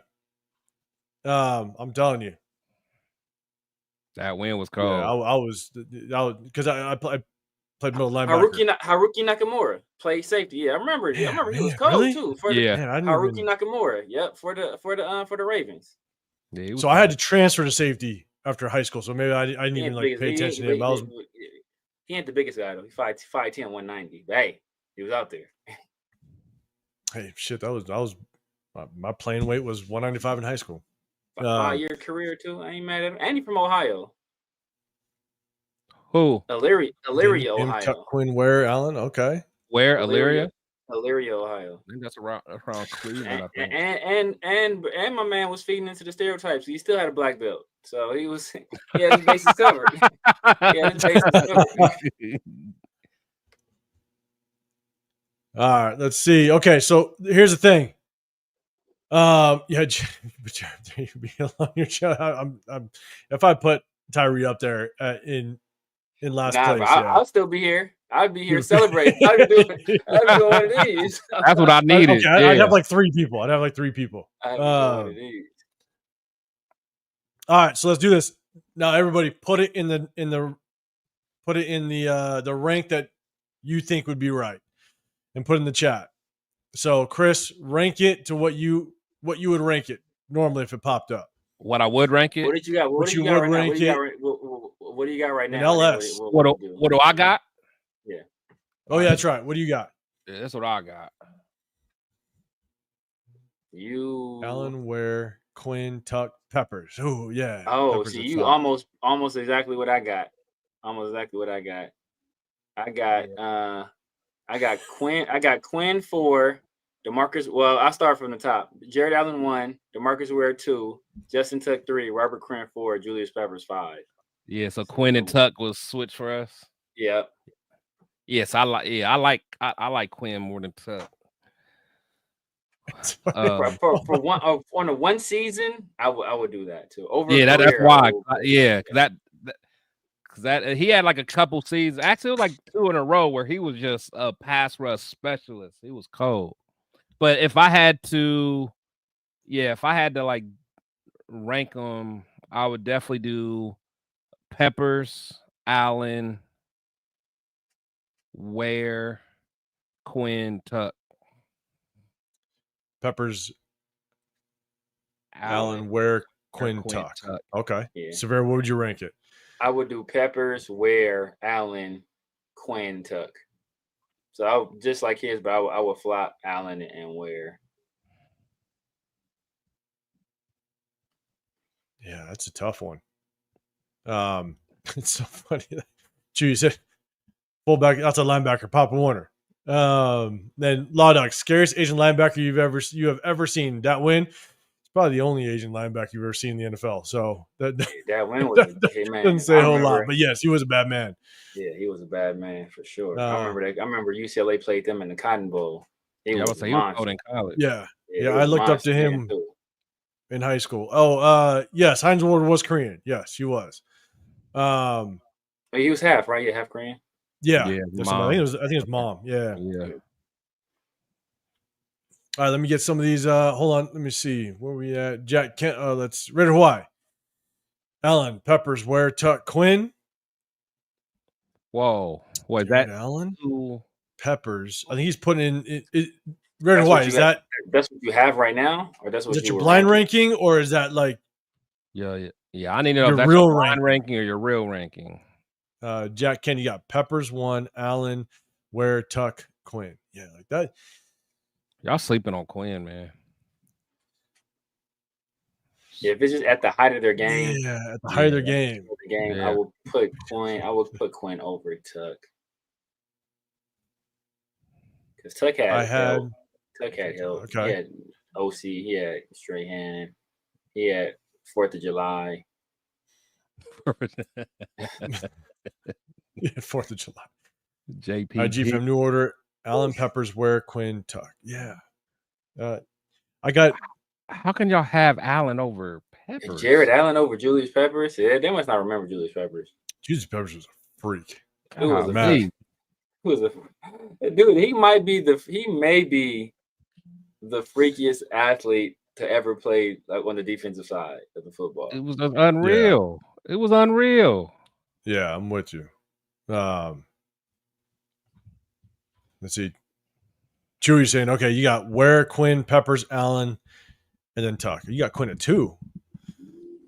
That's your blind. Wait, that has to be blind or is it real? That's my bad. Is it blind or you're real? That gotta be blind. Put real if it's your real, or blind if it's your blind. But we're gonna get a couple more in, and then we're gonna jump into just defensive side real quick. Then we go wrap this damn thing up. Blue skies, Peppers, Allen, Ware, Quinn, Tuck. Dan Kim, Not Peppers, one of the most athletic guys. Yeah, man, he was scary. Played in North Carolina.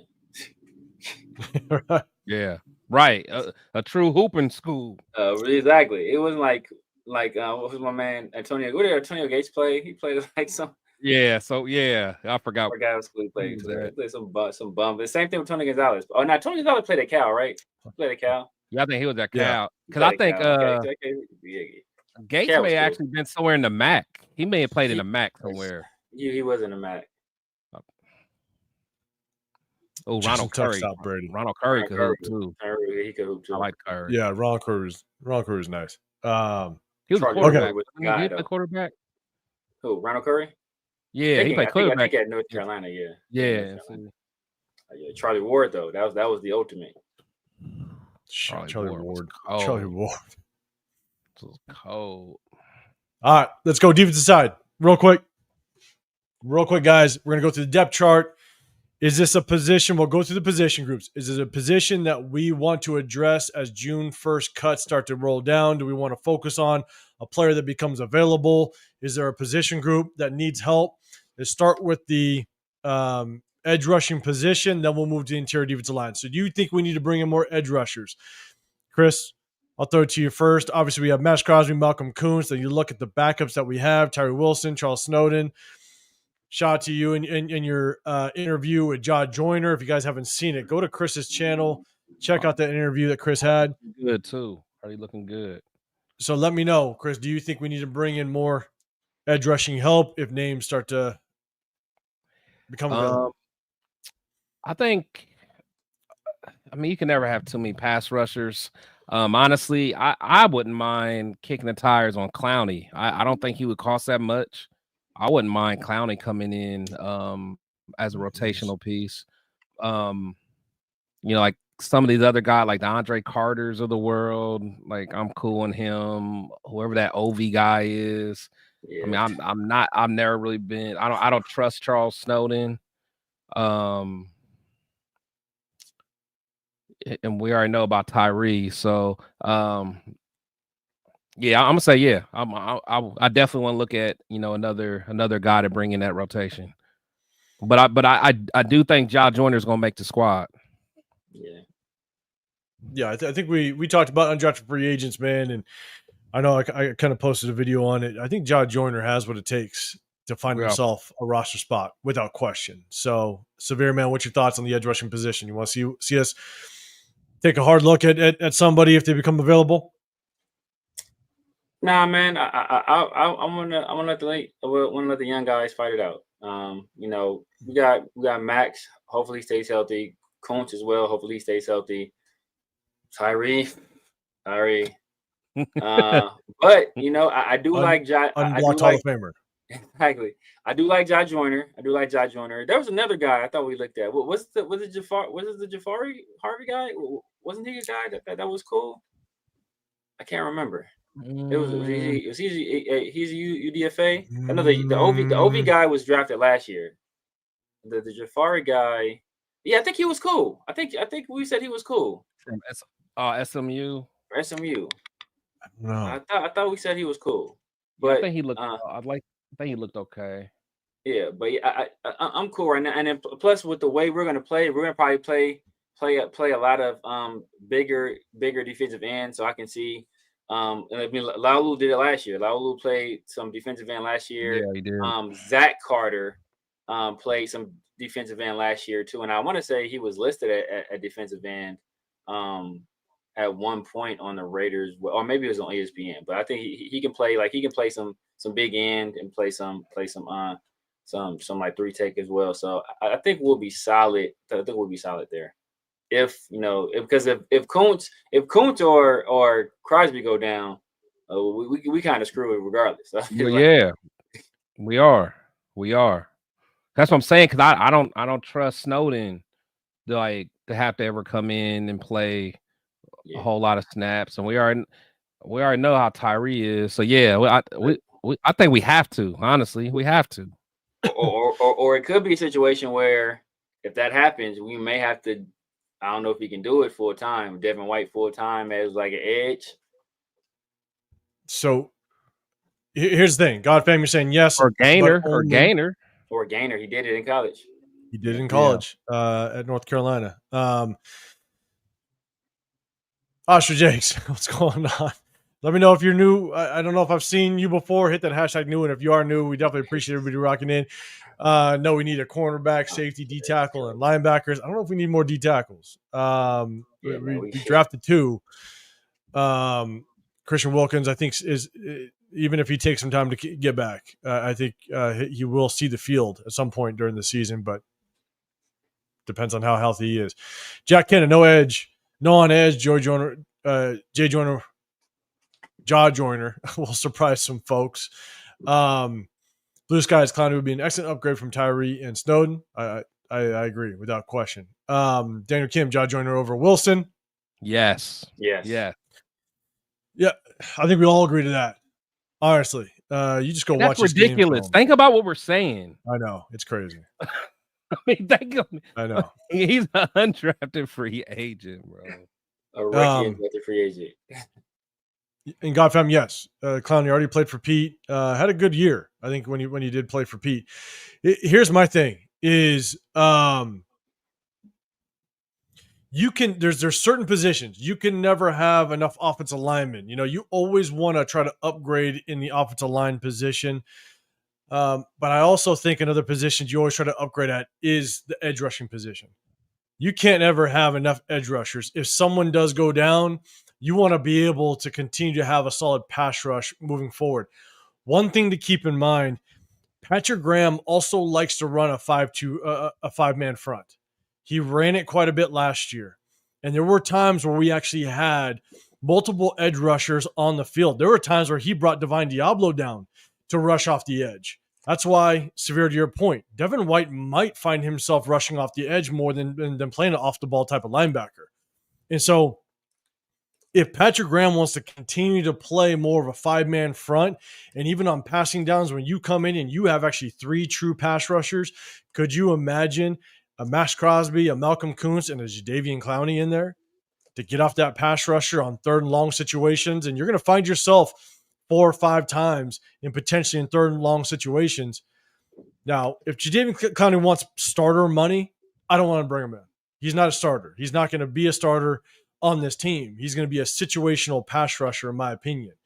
And so if he's willing to do that and the numbers work out, I'm okay with bringing him in, because I don't think you can never get enough pass rushers.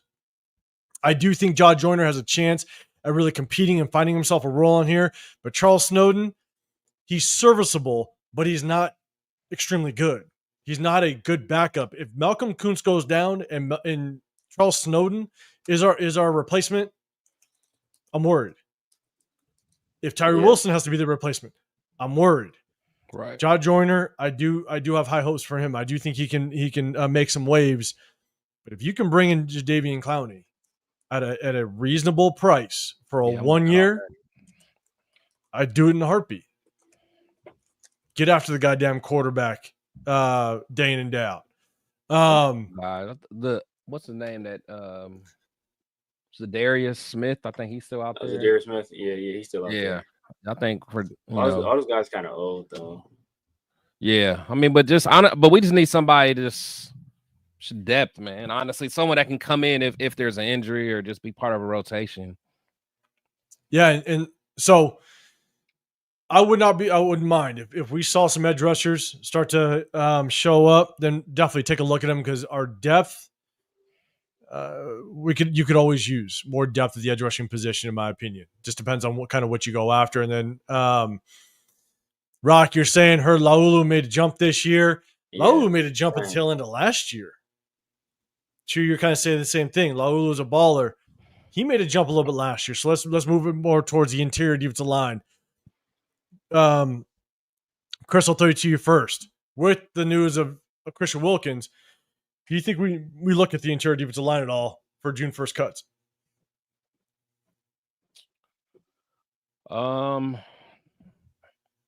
Yeah. I mean, because I was, yeah, I would say yeah. Because looking on here, I know a Tank Booker. He's a big dude. No, actually, they've been saying that both JJ and Tonka, they actually been looking pretty good. But again, I mean, there's no pad, so it's hard to say. Then we got Jonah. Yeah, I'll still say bring someone else in. Just again, let them fight it out, man. The best man wins. It's all about competition. I would like to, because a lot of these guys, I would like to see one more veteran. Give me one more veteran in there. One more. To me, I just one more. My bad. This thing keeps moving on me. To me, I think what we got, like you picked two guys. Obviously, Tonka Hemingway was in the 4th. JJ Pegues was in the 6th. To me, I feel like, and with Jonah Laulu, you're bringing Leaky Fotu, those guys. Man, I think we might see these guys just try to battle out a little bit. Severe, man, what's your thoughts on the interior defensive line? Interior defensive line, I think we're solid. I mean, I would have liked, to develop Lucky Tasi there. Unfortunately, they elected to move him to the offensive side of the ball. But yeah, from what I've been hearing JJ Pegues is looking good. I've been hearing Tonka's been looking good. I've been hearing that Jonah Laulu is looking great. That like him and Matthew Butler's been like in that dude's ear, coaching him up, and that he's just like moving. Adam Butler. I'm sure I keep saying Matthew Butler. Yeah, I was about to say you about to mess it up. He getting bad advice from Matthew. Man, yes. But Adam Butler's been like in his ear, coaching him up, really like taking him under his wing, and that he's made like a big leap this year in terms of like just how he's moving, how he's reading things, like everything. So like I think I'm expecting some big things out of Jonah. So I think we're solid there, man. We got some young guys. We got some vets. I think we're okay. No, I'm with you. My bad. This thing keeps jumping around on me. And so let's jump to linebackers. All right. So obviously there's massive question marks in the linebacker position because look, we typically run a 4-3, right? So we're gonna have 3 linebackers out there. Again, Patrick Graham did mess around with the 5-2. So we might see just 2 linebackers, but again, just depends on how that 5-man front looks. If we do bring in like a Devin White and he comes off the edge a little bit. And so, Severe, I'll throw it to you first this time. Linebackers. Yeah. 1, do you think we cut somebody? But 2, I guess a surprise cut. But 2, do you think we address the linebacker position June 1st cuts? We better. We damn well better. This is the saddest bunch of linebackers I've ever seen in my life, bro. This is sad. It's like, yeah, this is sad, man. We gotta address it. We gotta address it. We need starters. We need backups. We need backups to the backups. Like, some of these guys shouldn't be on NFL rosters. You know exactly who I'm looking at when I say that. So I don't know who you're looking at. I have no idea. You know exactly what I'm looking at. Oh, it's 2 guys I'm looking at, low key. But we so bad that one of those guys is gonna be forced to start. So we in a tough spot. The one with the Super Bowl ring gonna be all right. Hey, look. My guy DJ Mbanga got like two NBA championship rings. I care about no. But was he a captain though? No, he wasn't no captain. Wasn't no captain. But yeah, man. Yeah, the linebacker spot is rough, man. Linebacker spot. We need a lot of guys to step up in a big way. We need Devin White to go back, not even to his Buccaneers day. We need like LSU Devin White. We need a Landon Roberts to play better than he's ever played. We need Tommy Eichenberg to go somewhere. Just not here, bro. Anywhere else but here. Just leave. We need Cody Lindbergh to step up. I think we all kind of like what we saw at Matt Jones, but we were kind of speculating maybe he's a guy that's due for a position change. I know 805 was kind of talking about that. Maybe he's a guy that's no longer at linebacker, by the time everything's said and done. Jalen Smith, can a guy stay healthy? Jalen Walker, I don't even remember him. But, we need Amari Gainer. I think he was. I know he's UDFA. Yeah, he's UDFA, but I don't remember. He got to Georgia? Was he at Georgia? No, that was the real Jalen Walker. This is the Timu. This is a team Oh. version. We got It's a the team. we got the wish. We got the wish Jalen Walker. Not even spelled the same. This is all bad. That's right. But we need a Mark. Like really, we need a Mark Gainer to take a leap. And I'll put it out there. Tommy Eichenberg. If Tommy Eichenberg could take a leap, hey, I don't think it's happening. But we need a Mark. We need a Mark Gainer. We need a Mark Gainer to take a leap. And he seems like he's been taking it serious this offseason. New linebacker coach in there, and John Glenn. So hopefully, he takes these young guys under his wing and really develops them. His first. I mean, when Pete took over Seattle, one of the first things he did was they basically benched Aaron Curry, and that's when they drafted KJ Wright and started KJ Wright over Aaron Curry. So that was and that was a guy that was and that was a guy that was a super high supposed pick. To be a guy. Yeah, supposed to be the guy. Some people said he was the best player in that draft class. So they're not opposed to playing young linebackers. So I wouldn't be surprised if the Cody Lindenberg, Gainer, Matt Jones, possibly Eichenberg, if all these guys get a whole bunch of run. I'm with you. And Roth, man, I appreciate you rocking with us, man. You guys, make sure you guys go hit up Roth's channel as well. Show us some appreciation over there. Chris, man, let us know. Linebacker room. What's your thoughts? I mean, I don't hate it as much as Severe. My brother's Severe, you know what I'm saying? Because for one, I like Roberts, man. I think that Roberts is going to I think he has a potential in him. I mean, because he's a tackling machine. I mean, he gets after it. And one thing that we've talked about in previous shows, I mean, the guy's well coached. He's been coached by some of the best in the business. I like Roberts. I like Roberts. I do like Roberts. Yeah, so like I think from a green dot perspective, I think we're in good shape. Again, I believe in Devin White as long as we understand what his strengths and weaknesses are and just make sure we play to them. But again, I think it does, Amari Ferrari, I think he's going to have to really take that leap up, man. I think he's going to be a big piece to this. Tommy Eichenberg, he hasn't showed much as of yet, but I will say he was well coached in college. Ohio State's always known as, having good linebackers. A long time. I don't know what we can get out of him. Yeah, he ain't had a good linebacker since AJ Hawk, man. It's been well, generally, for a while there, they was known as linebacker U, but I guess it has been a while. But yeah, I mean, honestly, Eichenberg and Gain, really, this room depends on those two guys' development. Honestly, we'll go as far as them two go. Lindenberg, again, I like what I hear about him. He was a captain at Minnesota, played some good ball. And again, like we said, Jalen Smith, he's played some good ball, but it's all about him staying healthy. I mean, he's an athletic guy, big guy. So yeah. So Roth, you're saying Shaquille Barrett, man. I'm like, I don't. The problem with Shaquille Barrett is he's cheap because he didn't play last year. Then didn't they just pay him? Didn't he get hurt? I want to say they just paid him. Didn't they just pay him like maybe it's 2 years ago? I want to say they just. I think it was 2 years because I don't think he played last year or he was hurt last year. And the year before that, I think he had minimal production. I'd like to bring in someone that I think moves the needle. I just don't think Shaquille Barrett moves the needle in this linebacker room. I think you're just kind of bringing somebody else in that is kind of the same as what we got. Yeah. I don't know who's out there that really moves the needle. Like, I mean, it's going to have to be somebody that, that gets cut. But I mean, as far as just free agents out there now, I don't see too much that's out there. All the guys are pretty old. And most of the linebackers out there right now are like pass rushing linebackers, not really they're like 3 or 4 outside linebackers. Yeah. So CJ Mosley.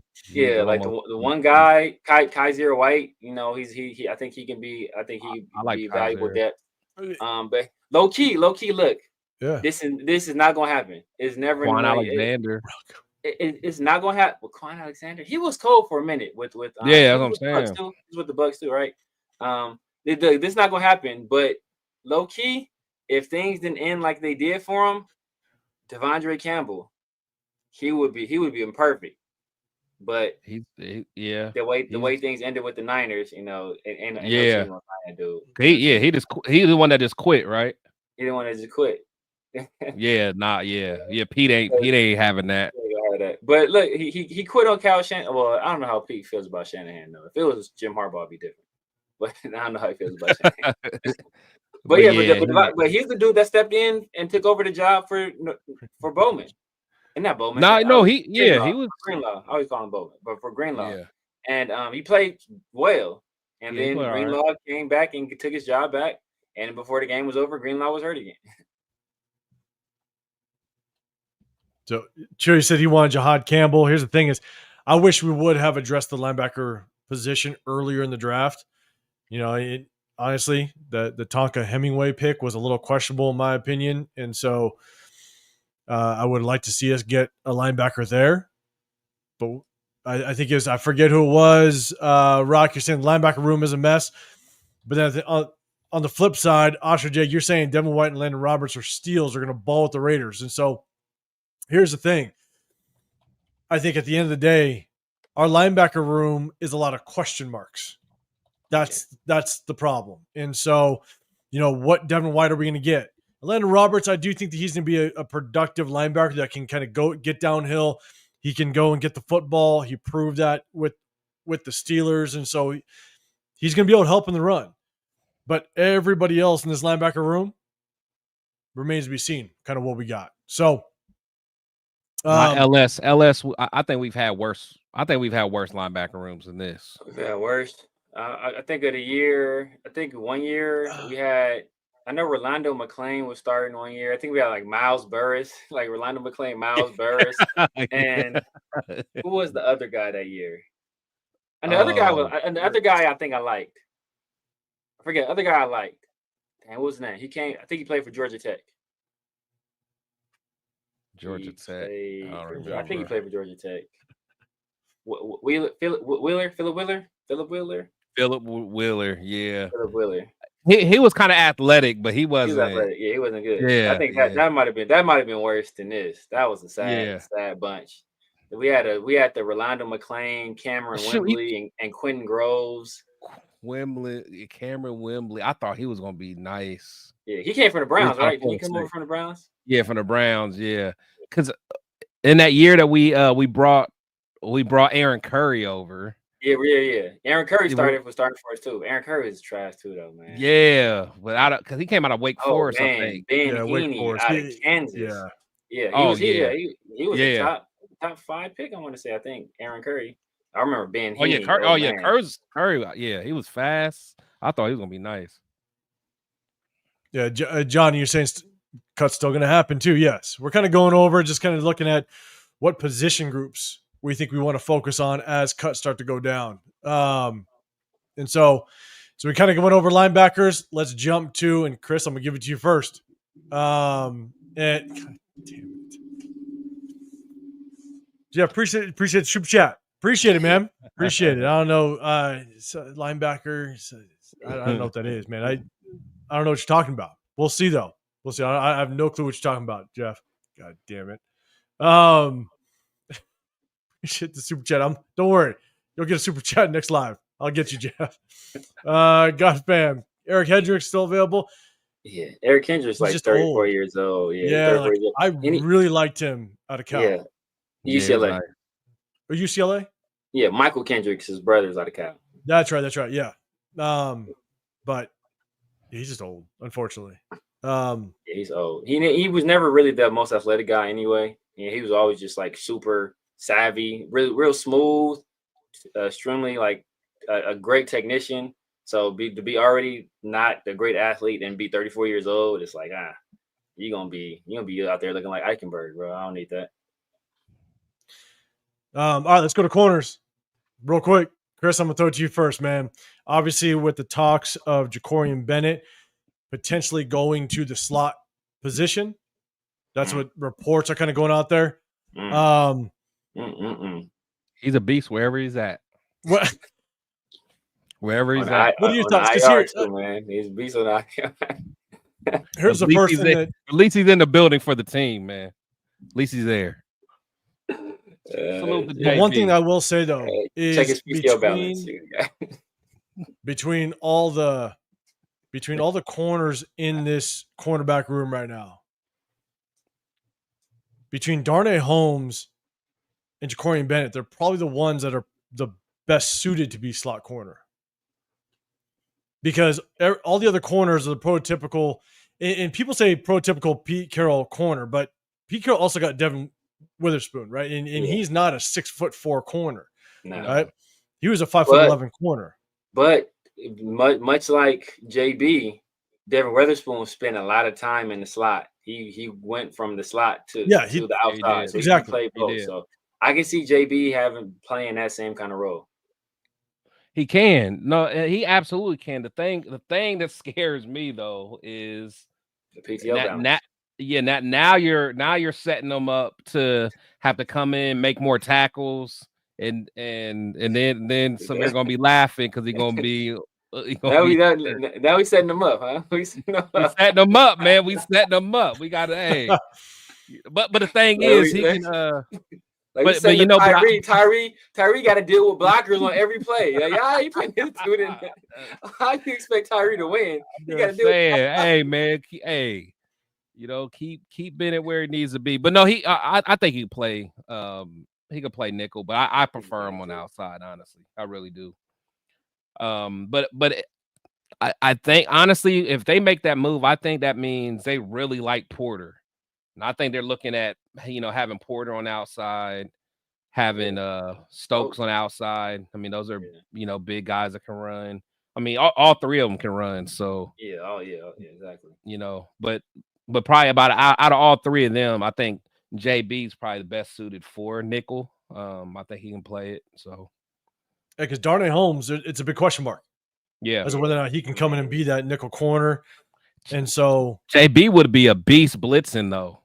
Oh yeah, blitzing from nickel. I think he could be nice. Nate was so cold at that. Nate might have been one of the best corners I've ever seen doing it, bro. Like as a blitzer, Nate was cold. The way the timing and everything. Get off block, he was nice. Nate was nice, man. Yeah. Oh, you talking about Nate Hobbs? Yeah. Oh yeah, Nate was as a blitzer, athletic he was nasty. Cold. Daniel Kim saying, "Can JB come downhill and hit like Hobbs did?" No, I don't think it's like I wouldn't want him to either. Yeah, he ain't built the he'll dislocate his shoulder trying to. Right, that's what I'm saying. Hobbs is more built. But I think Jacorian Bennett can be that physical though. He can be physical. No, he can. No, he did that in Maryland.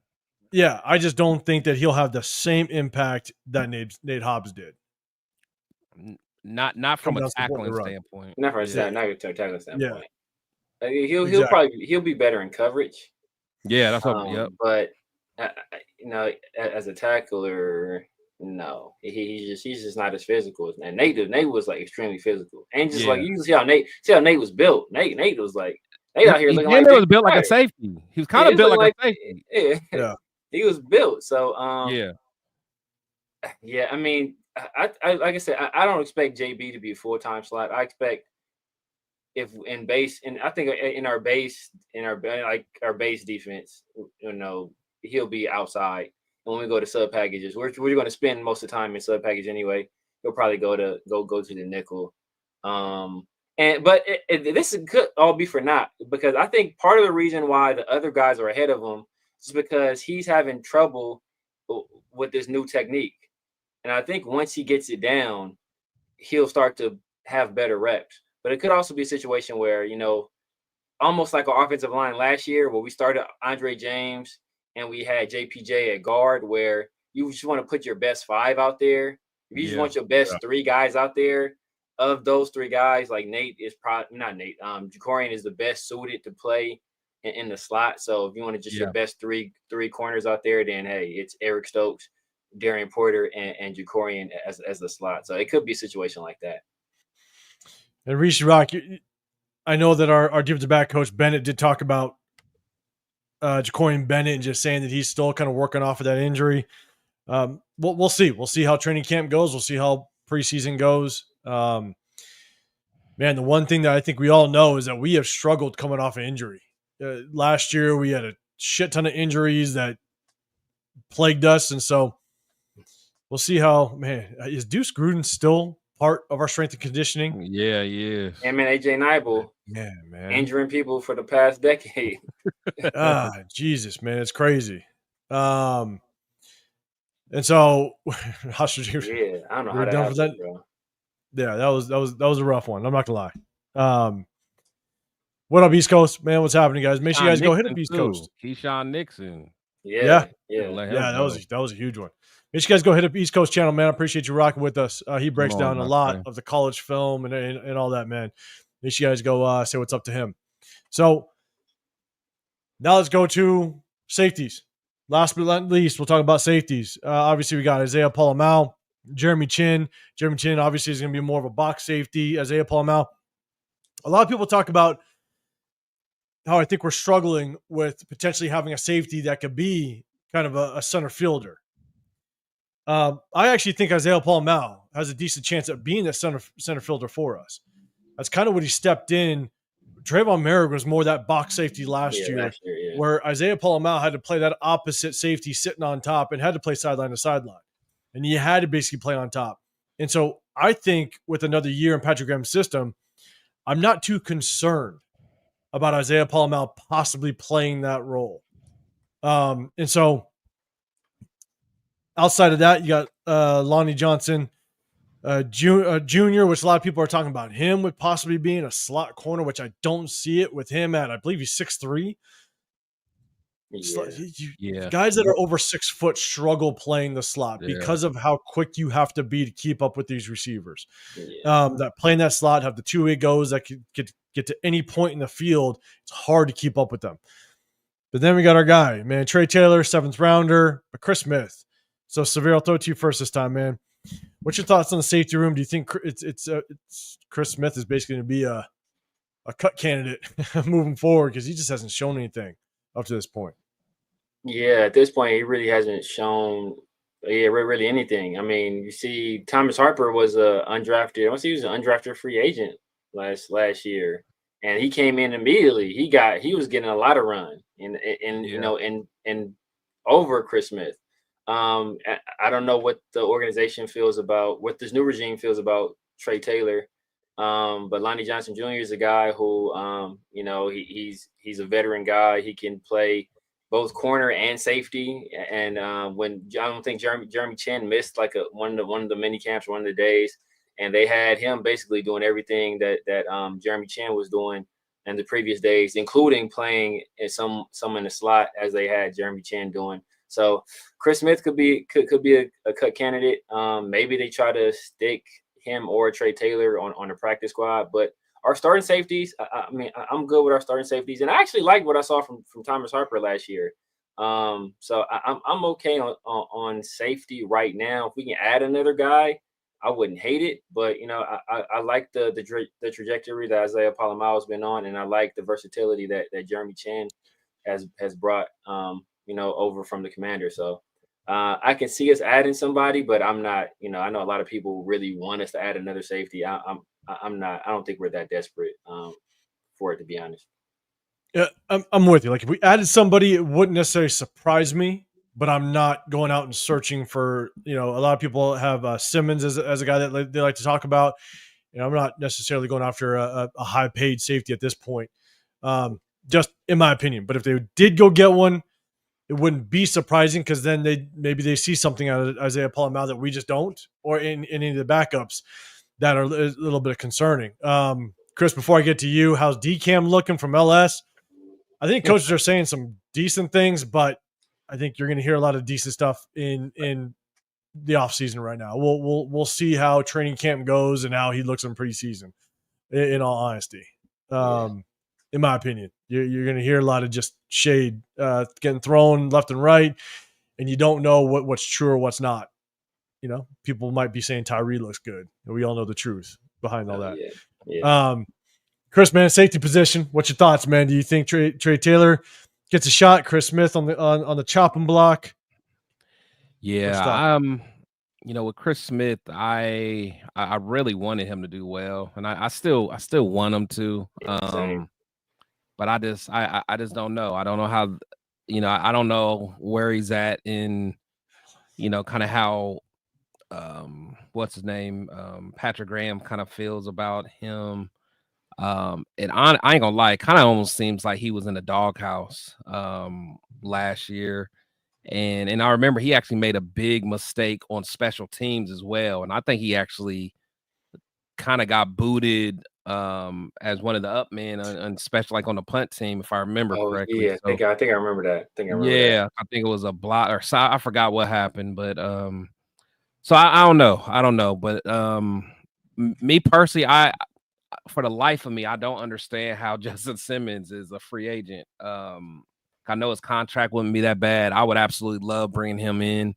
I don't want to do anything to necessarily hurt Palomao's development, but I think he can learn a lot from someone like Justin Simmons. And Palomao is athletic enough that you can still find ways to still put him on the field, even if Justin's starting. So I think that would bring some great leadership back there. And everything I'm hearing about Jeremy Chin, they're talking about Jeremy Chin's acting a fool out there. So we suddenly could have a very strong back of the corner, or I mean back of the defensive back. So yeah, so I'll be cool with bringing in someone like my guy Simmons.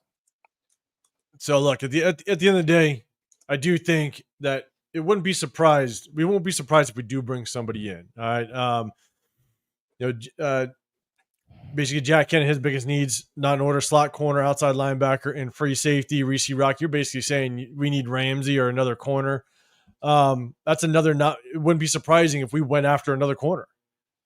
If we went after the slot, another corner like a Jalen Ramsey, would not be surprising in our opinion. And so I know we kind of talked about it in a live before. So, look, at the end of the day, I do think this defensive backfield has some question marks. Slot corner, number one corner, who's that going to be? Is Isaiah Palomao going to be a free safety? It's a question mark. I have confidence that he can do the job. But again, at the end of the day, would not be surprised if we did bring somebody in if this coaching staff sees something a little different. But they did bring him back in. They did re-sign him. He was going to go into free agency, and we re-signed him. So they went after him for a reason. And he is that kind of big prototypical safety that sits on top that Pete Carroll likes. So that's just one thing to keep in mind, is we did bring him back. We went back and actually brought him back into this locker room. He was the first person. I think it was the Palomao was the first person I think we officially re-signed, I want to say. I think so. Yeah. So yeah, I think they moved quick on him too. If he wasn't the first, he was definitely a quick signing. So all right, we'll kind of go back up to the big screen. Man, I'll tell you right now, sometimes we think this is going to be kind of a shorter live, and then all of a sudden we run over 3 goddamn hours. Maybe it's the segments that take so long with us. But we appreciate everybody in the building, man. We're going to go ahead and get out of here. We've been rocking for 3 hours. Again, Jeff, I see you in the building, guys. Go support Jeff, but this is a short, compared to Jeff. So, Jeff, we know you rock those 72-hour lives. But at the end of the day, man, we appreciate everybody tapping in with us on this Sunday. We understand it's the off season, but make sure you hit that notification so you do know when we go live, because we might pop on here if we do get, some news, and depending on our schedules, if we can pop on, just kind of give you our takes on it, we definitely hit you guys up. So make sure you hit that notification. But Chris, man, let everybody know what you got going on. I know you do a couple more shows throughout the week, but let everybody know what you got rolling. Chris, I think you might be muted. You're on mute. Oh, my bad. Yeah, Protect the Shield podcast on all platforms. Make sure you guys hit me up, man. I always like to talk ball. Have this show with my boys, every Tuesday, every Sunday. Got Spicy Shield Talk with Spicy Raider Girl on Wednesdays. We're waiting till closer to training camp to kind of get that going again. And then, you know, I got my show with my boy Dub Raider actually on his channel that we drop every Sunday, the Weekly Wire. It's just kind of a, you know, a good show to kind of talk Raiders kind of one-on-one, you know, kind of go into details of different things, you know, for some people that are more casual fans that don't necessarily understand when we go into the details like we do on this show. So just kind of, you know, it's a lot lighter, just kind of talking high level football. So, you know, that's about it, man. Still trying to figure out when I'm gonna get my solo show in, man, but things been kind of crazy just with my job. So some days I'm not available, but just grinding, man. So, you know, make sure you guys subscribe, like, and share all of our content, man. We're working hard for you guys. Definitely appreciate it. We got someone in the building. Turf, what's happening, man? Turf in the building. Welcome back. Welcome back, man. We've been on here for 3 hours. We're just getting out, but guys, make sure you guys go over to Turf's channel as well. Show some love and support over there, man. He always goes live with the guys. I think he's part of the TRS crew with these two guys right here. You know, so guys, make sure you guys go over to Turf's channel, the Ultimate Raider Fan 32. Show some support over there. And yes, LS, I appreciate you. Even though I got to screen your comments all the damn time, I appreciate you. Yes, everybody hit that like button. Severe, man, let everybody know what you got going on because I know you got multiple shows throughout the week. Man, yeah, you guys know what it is, man. The Severe Raider here on YouTube, on IG, on Snapchat, TikTok, X, basically everywhere. The Severe Raider. Check your boy out. You know, I'm rocking with my guys Sunday and Tuesday. The Raider War Room. You know, sometimes 3 hours, sometimes 4 hours. You know, sometimes we have a after hours. Exactly. Sometimes we have a post show. You know, those be the best ones. Y'all got to, man. Those be the best ones. Those be the best ones. So make sure you tap in with your boy. Hit that subscribe button. Hit that notification bell. Hit the like button on all 3 channels as well. And if you enjoyed what you saw today, you think somebody else would enjoy it as well, please, you know, hey, sharing is caring. Sharing out, that's going to help us grow. And hopefully one day this will be our full-time job, as somebody asked about earlier. And then also on Tuesdays, I got the 50-50 show with my guy, Pharaoh NFL. We haven't been doing Around the Shield. You know, we have had some scheduling conflicts recently, but we should be, hopefully this week, we're picking that back up. Yeah, man. 100% Young Kim. Yeah, and the night crew with the 50-50 show, man. If you guys want between Jeff and Severe and Pharaoh, if you guys want some late night shows, without question, make sure you guys go over there and hit them up. LS, appreciate you putting all the links in the chat. Jack Kenna, appreciate you, man. Yeah, guys, make sure you guys hit that like button. I'm 805 Raider. My channel is Real Talk Raider Nation. I link up with my guys here in the Raider War Room, but I also jump on some other guys' lives just to kind of show my support, you know, and chop it up with them. Again, at the end of the day, we're just here giving our opinion. You know what I'm saying? And we just try to share our opinion. If you rock with us, cool. If not, all good. You do your thing. But at the end of the day, just know we're going to come on here. We're going to hit you with our opinion. And at the same time, we appreciate all the feedback that you guys give us, because the feedback, we learn from it. But at the same time, we like to chop it up. So we appreciate all the new people that also came in to the building as well. But on the way out, make sure you guys hit that like button, subscribe, turn those notifications. We definitely appreciate it. Week 2, season opener, home opener. We're going to be in the building with Dub Raider. Be there. Hit that notification so you guys do know when we're going to do a little bit of like a meet and greet, just a kind of a meet up during that week. If you are going to go in, I'm in the Vegas area. So if you guys are in town, if you guys do show up to a game, I try to make it out to every tailgate. So I definitely am down to just kind of chop it up. And it just kind of basically put some names to face sometimes, you know what I'm saying? So it's always good, especially sometimes you got people that, you know, you don't see them. You got Ostrich, Sanjeet needs to join. We'll see what happens. But sometimes we don't see you, but it's good to put names to face sometimes. So we appreciate y'all rocking with us. And make sure, Jeff, you're always welcome. You're always welcome, big dog. Man, but we appreciate all you guys. Hit that like button, subscribe, turn on those notifications. Make sure you guys hit up my guys, Chris Tech Show Podcast, The Severe Raider. I'm 805 Raider, Real Talk Raider Nation. We appreciate you guys. We'll see you guys on Tuesday. Oh, and during the season, we also break down film. Just know that. We break Yes. down film, and we have a little bit of fun with it. So, Hey, again, hey, Jeff, you're eating 2-week-old ice cream cake, brother. I'm worried about what you do to the toilet. I got a spare bathroom, bro. You're good. You're gonna rock out. So, all right, you guys. Hey, we appreciate you. Appreciate everybody tapping in on this Sunday. We know the news ain't crazy, but we also chop it up or break it up with Stardom, Betchem, Cut 'em, and our blank rankings just to have a little bit of fun. So, if you can, hit that like button and share it with whoever you can. We definitely appreciate it. But again, got my guys, Chris Pick Show Podcast, The Severe Raider. I'm 805 Raider, Real Talk, Raider Nation. We'll see you guys on Tuesday night. We're out of here.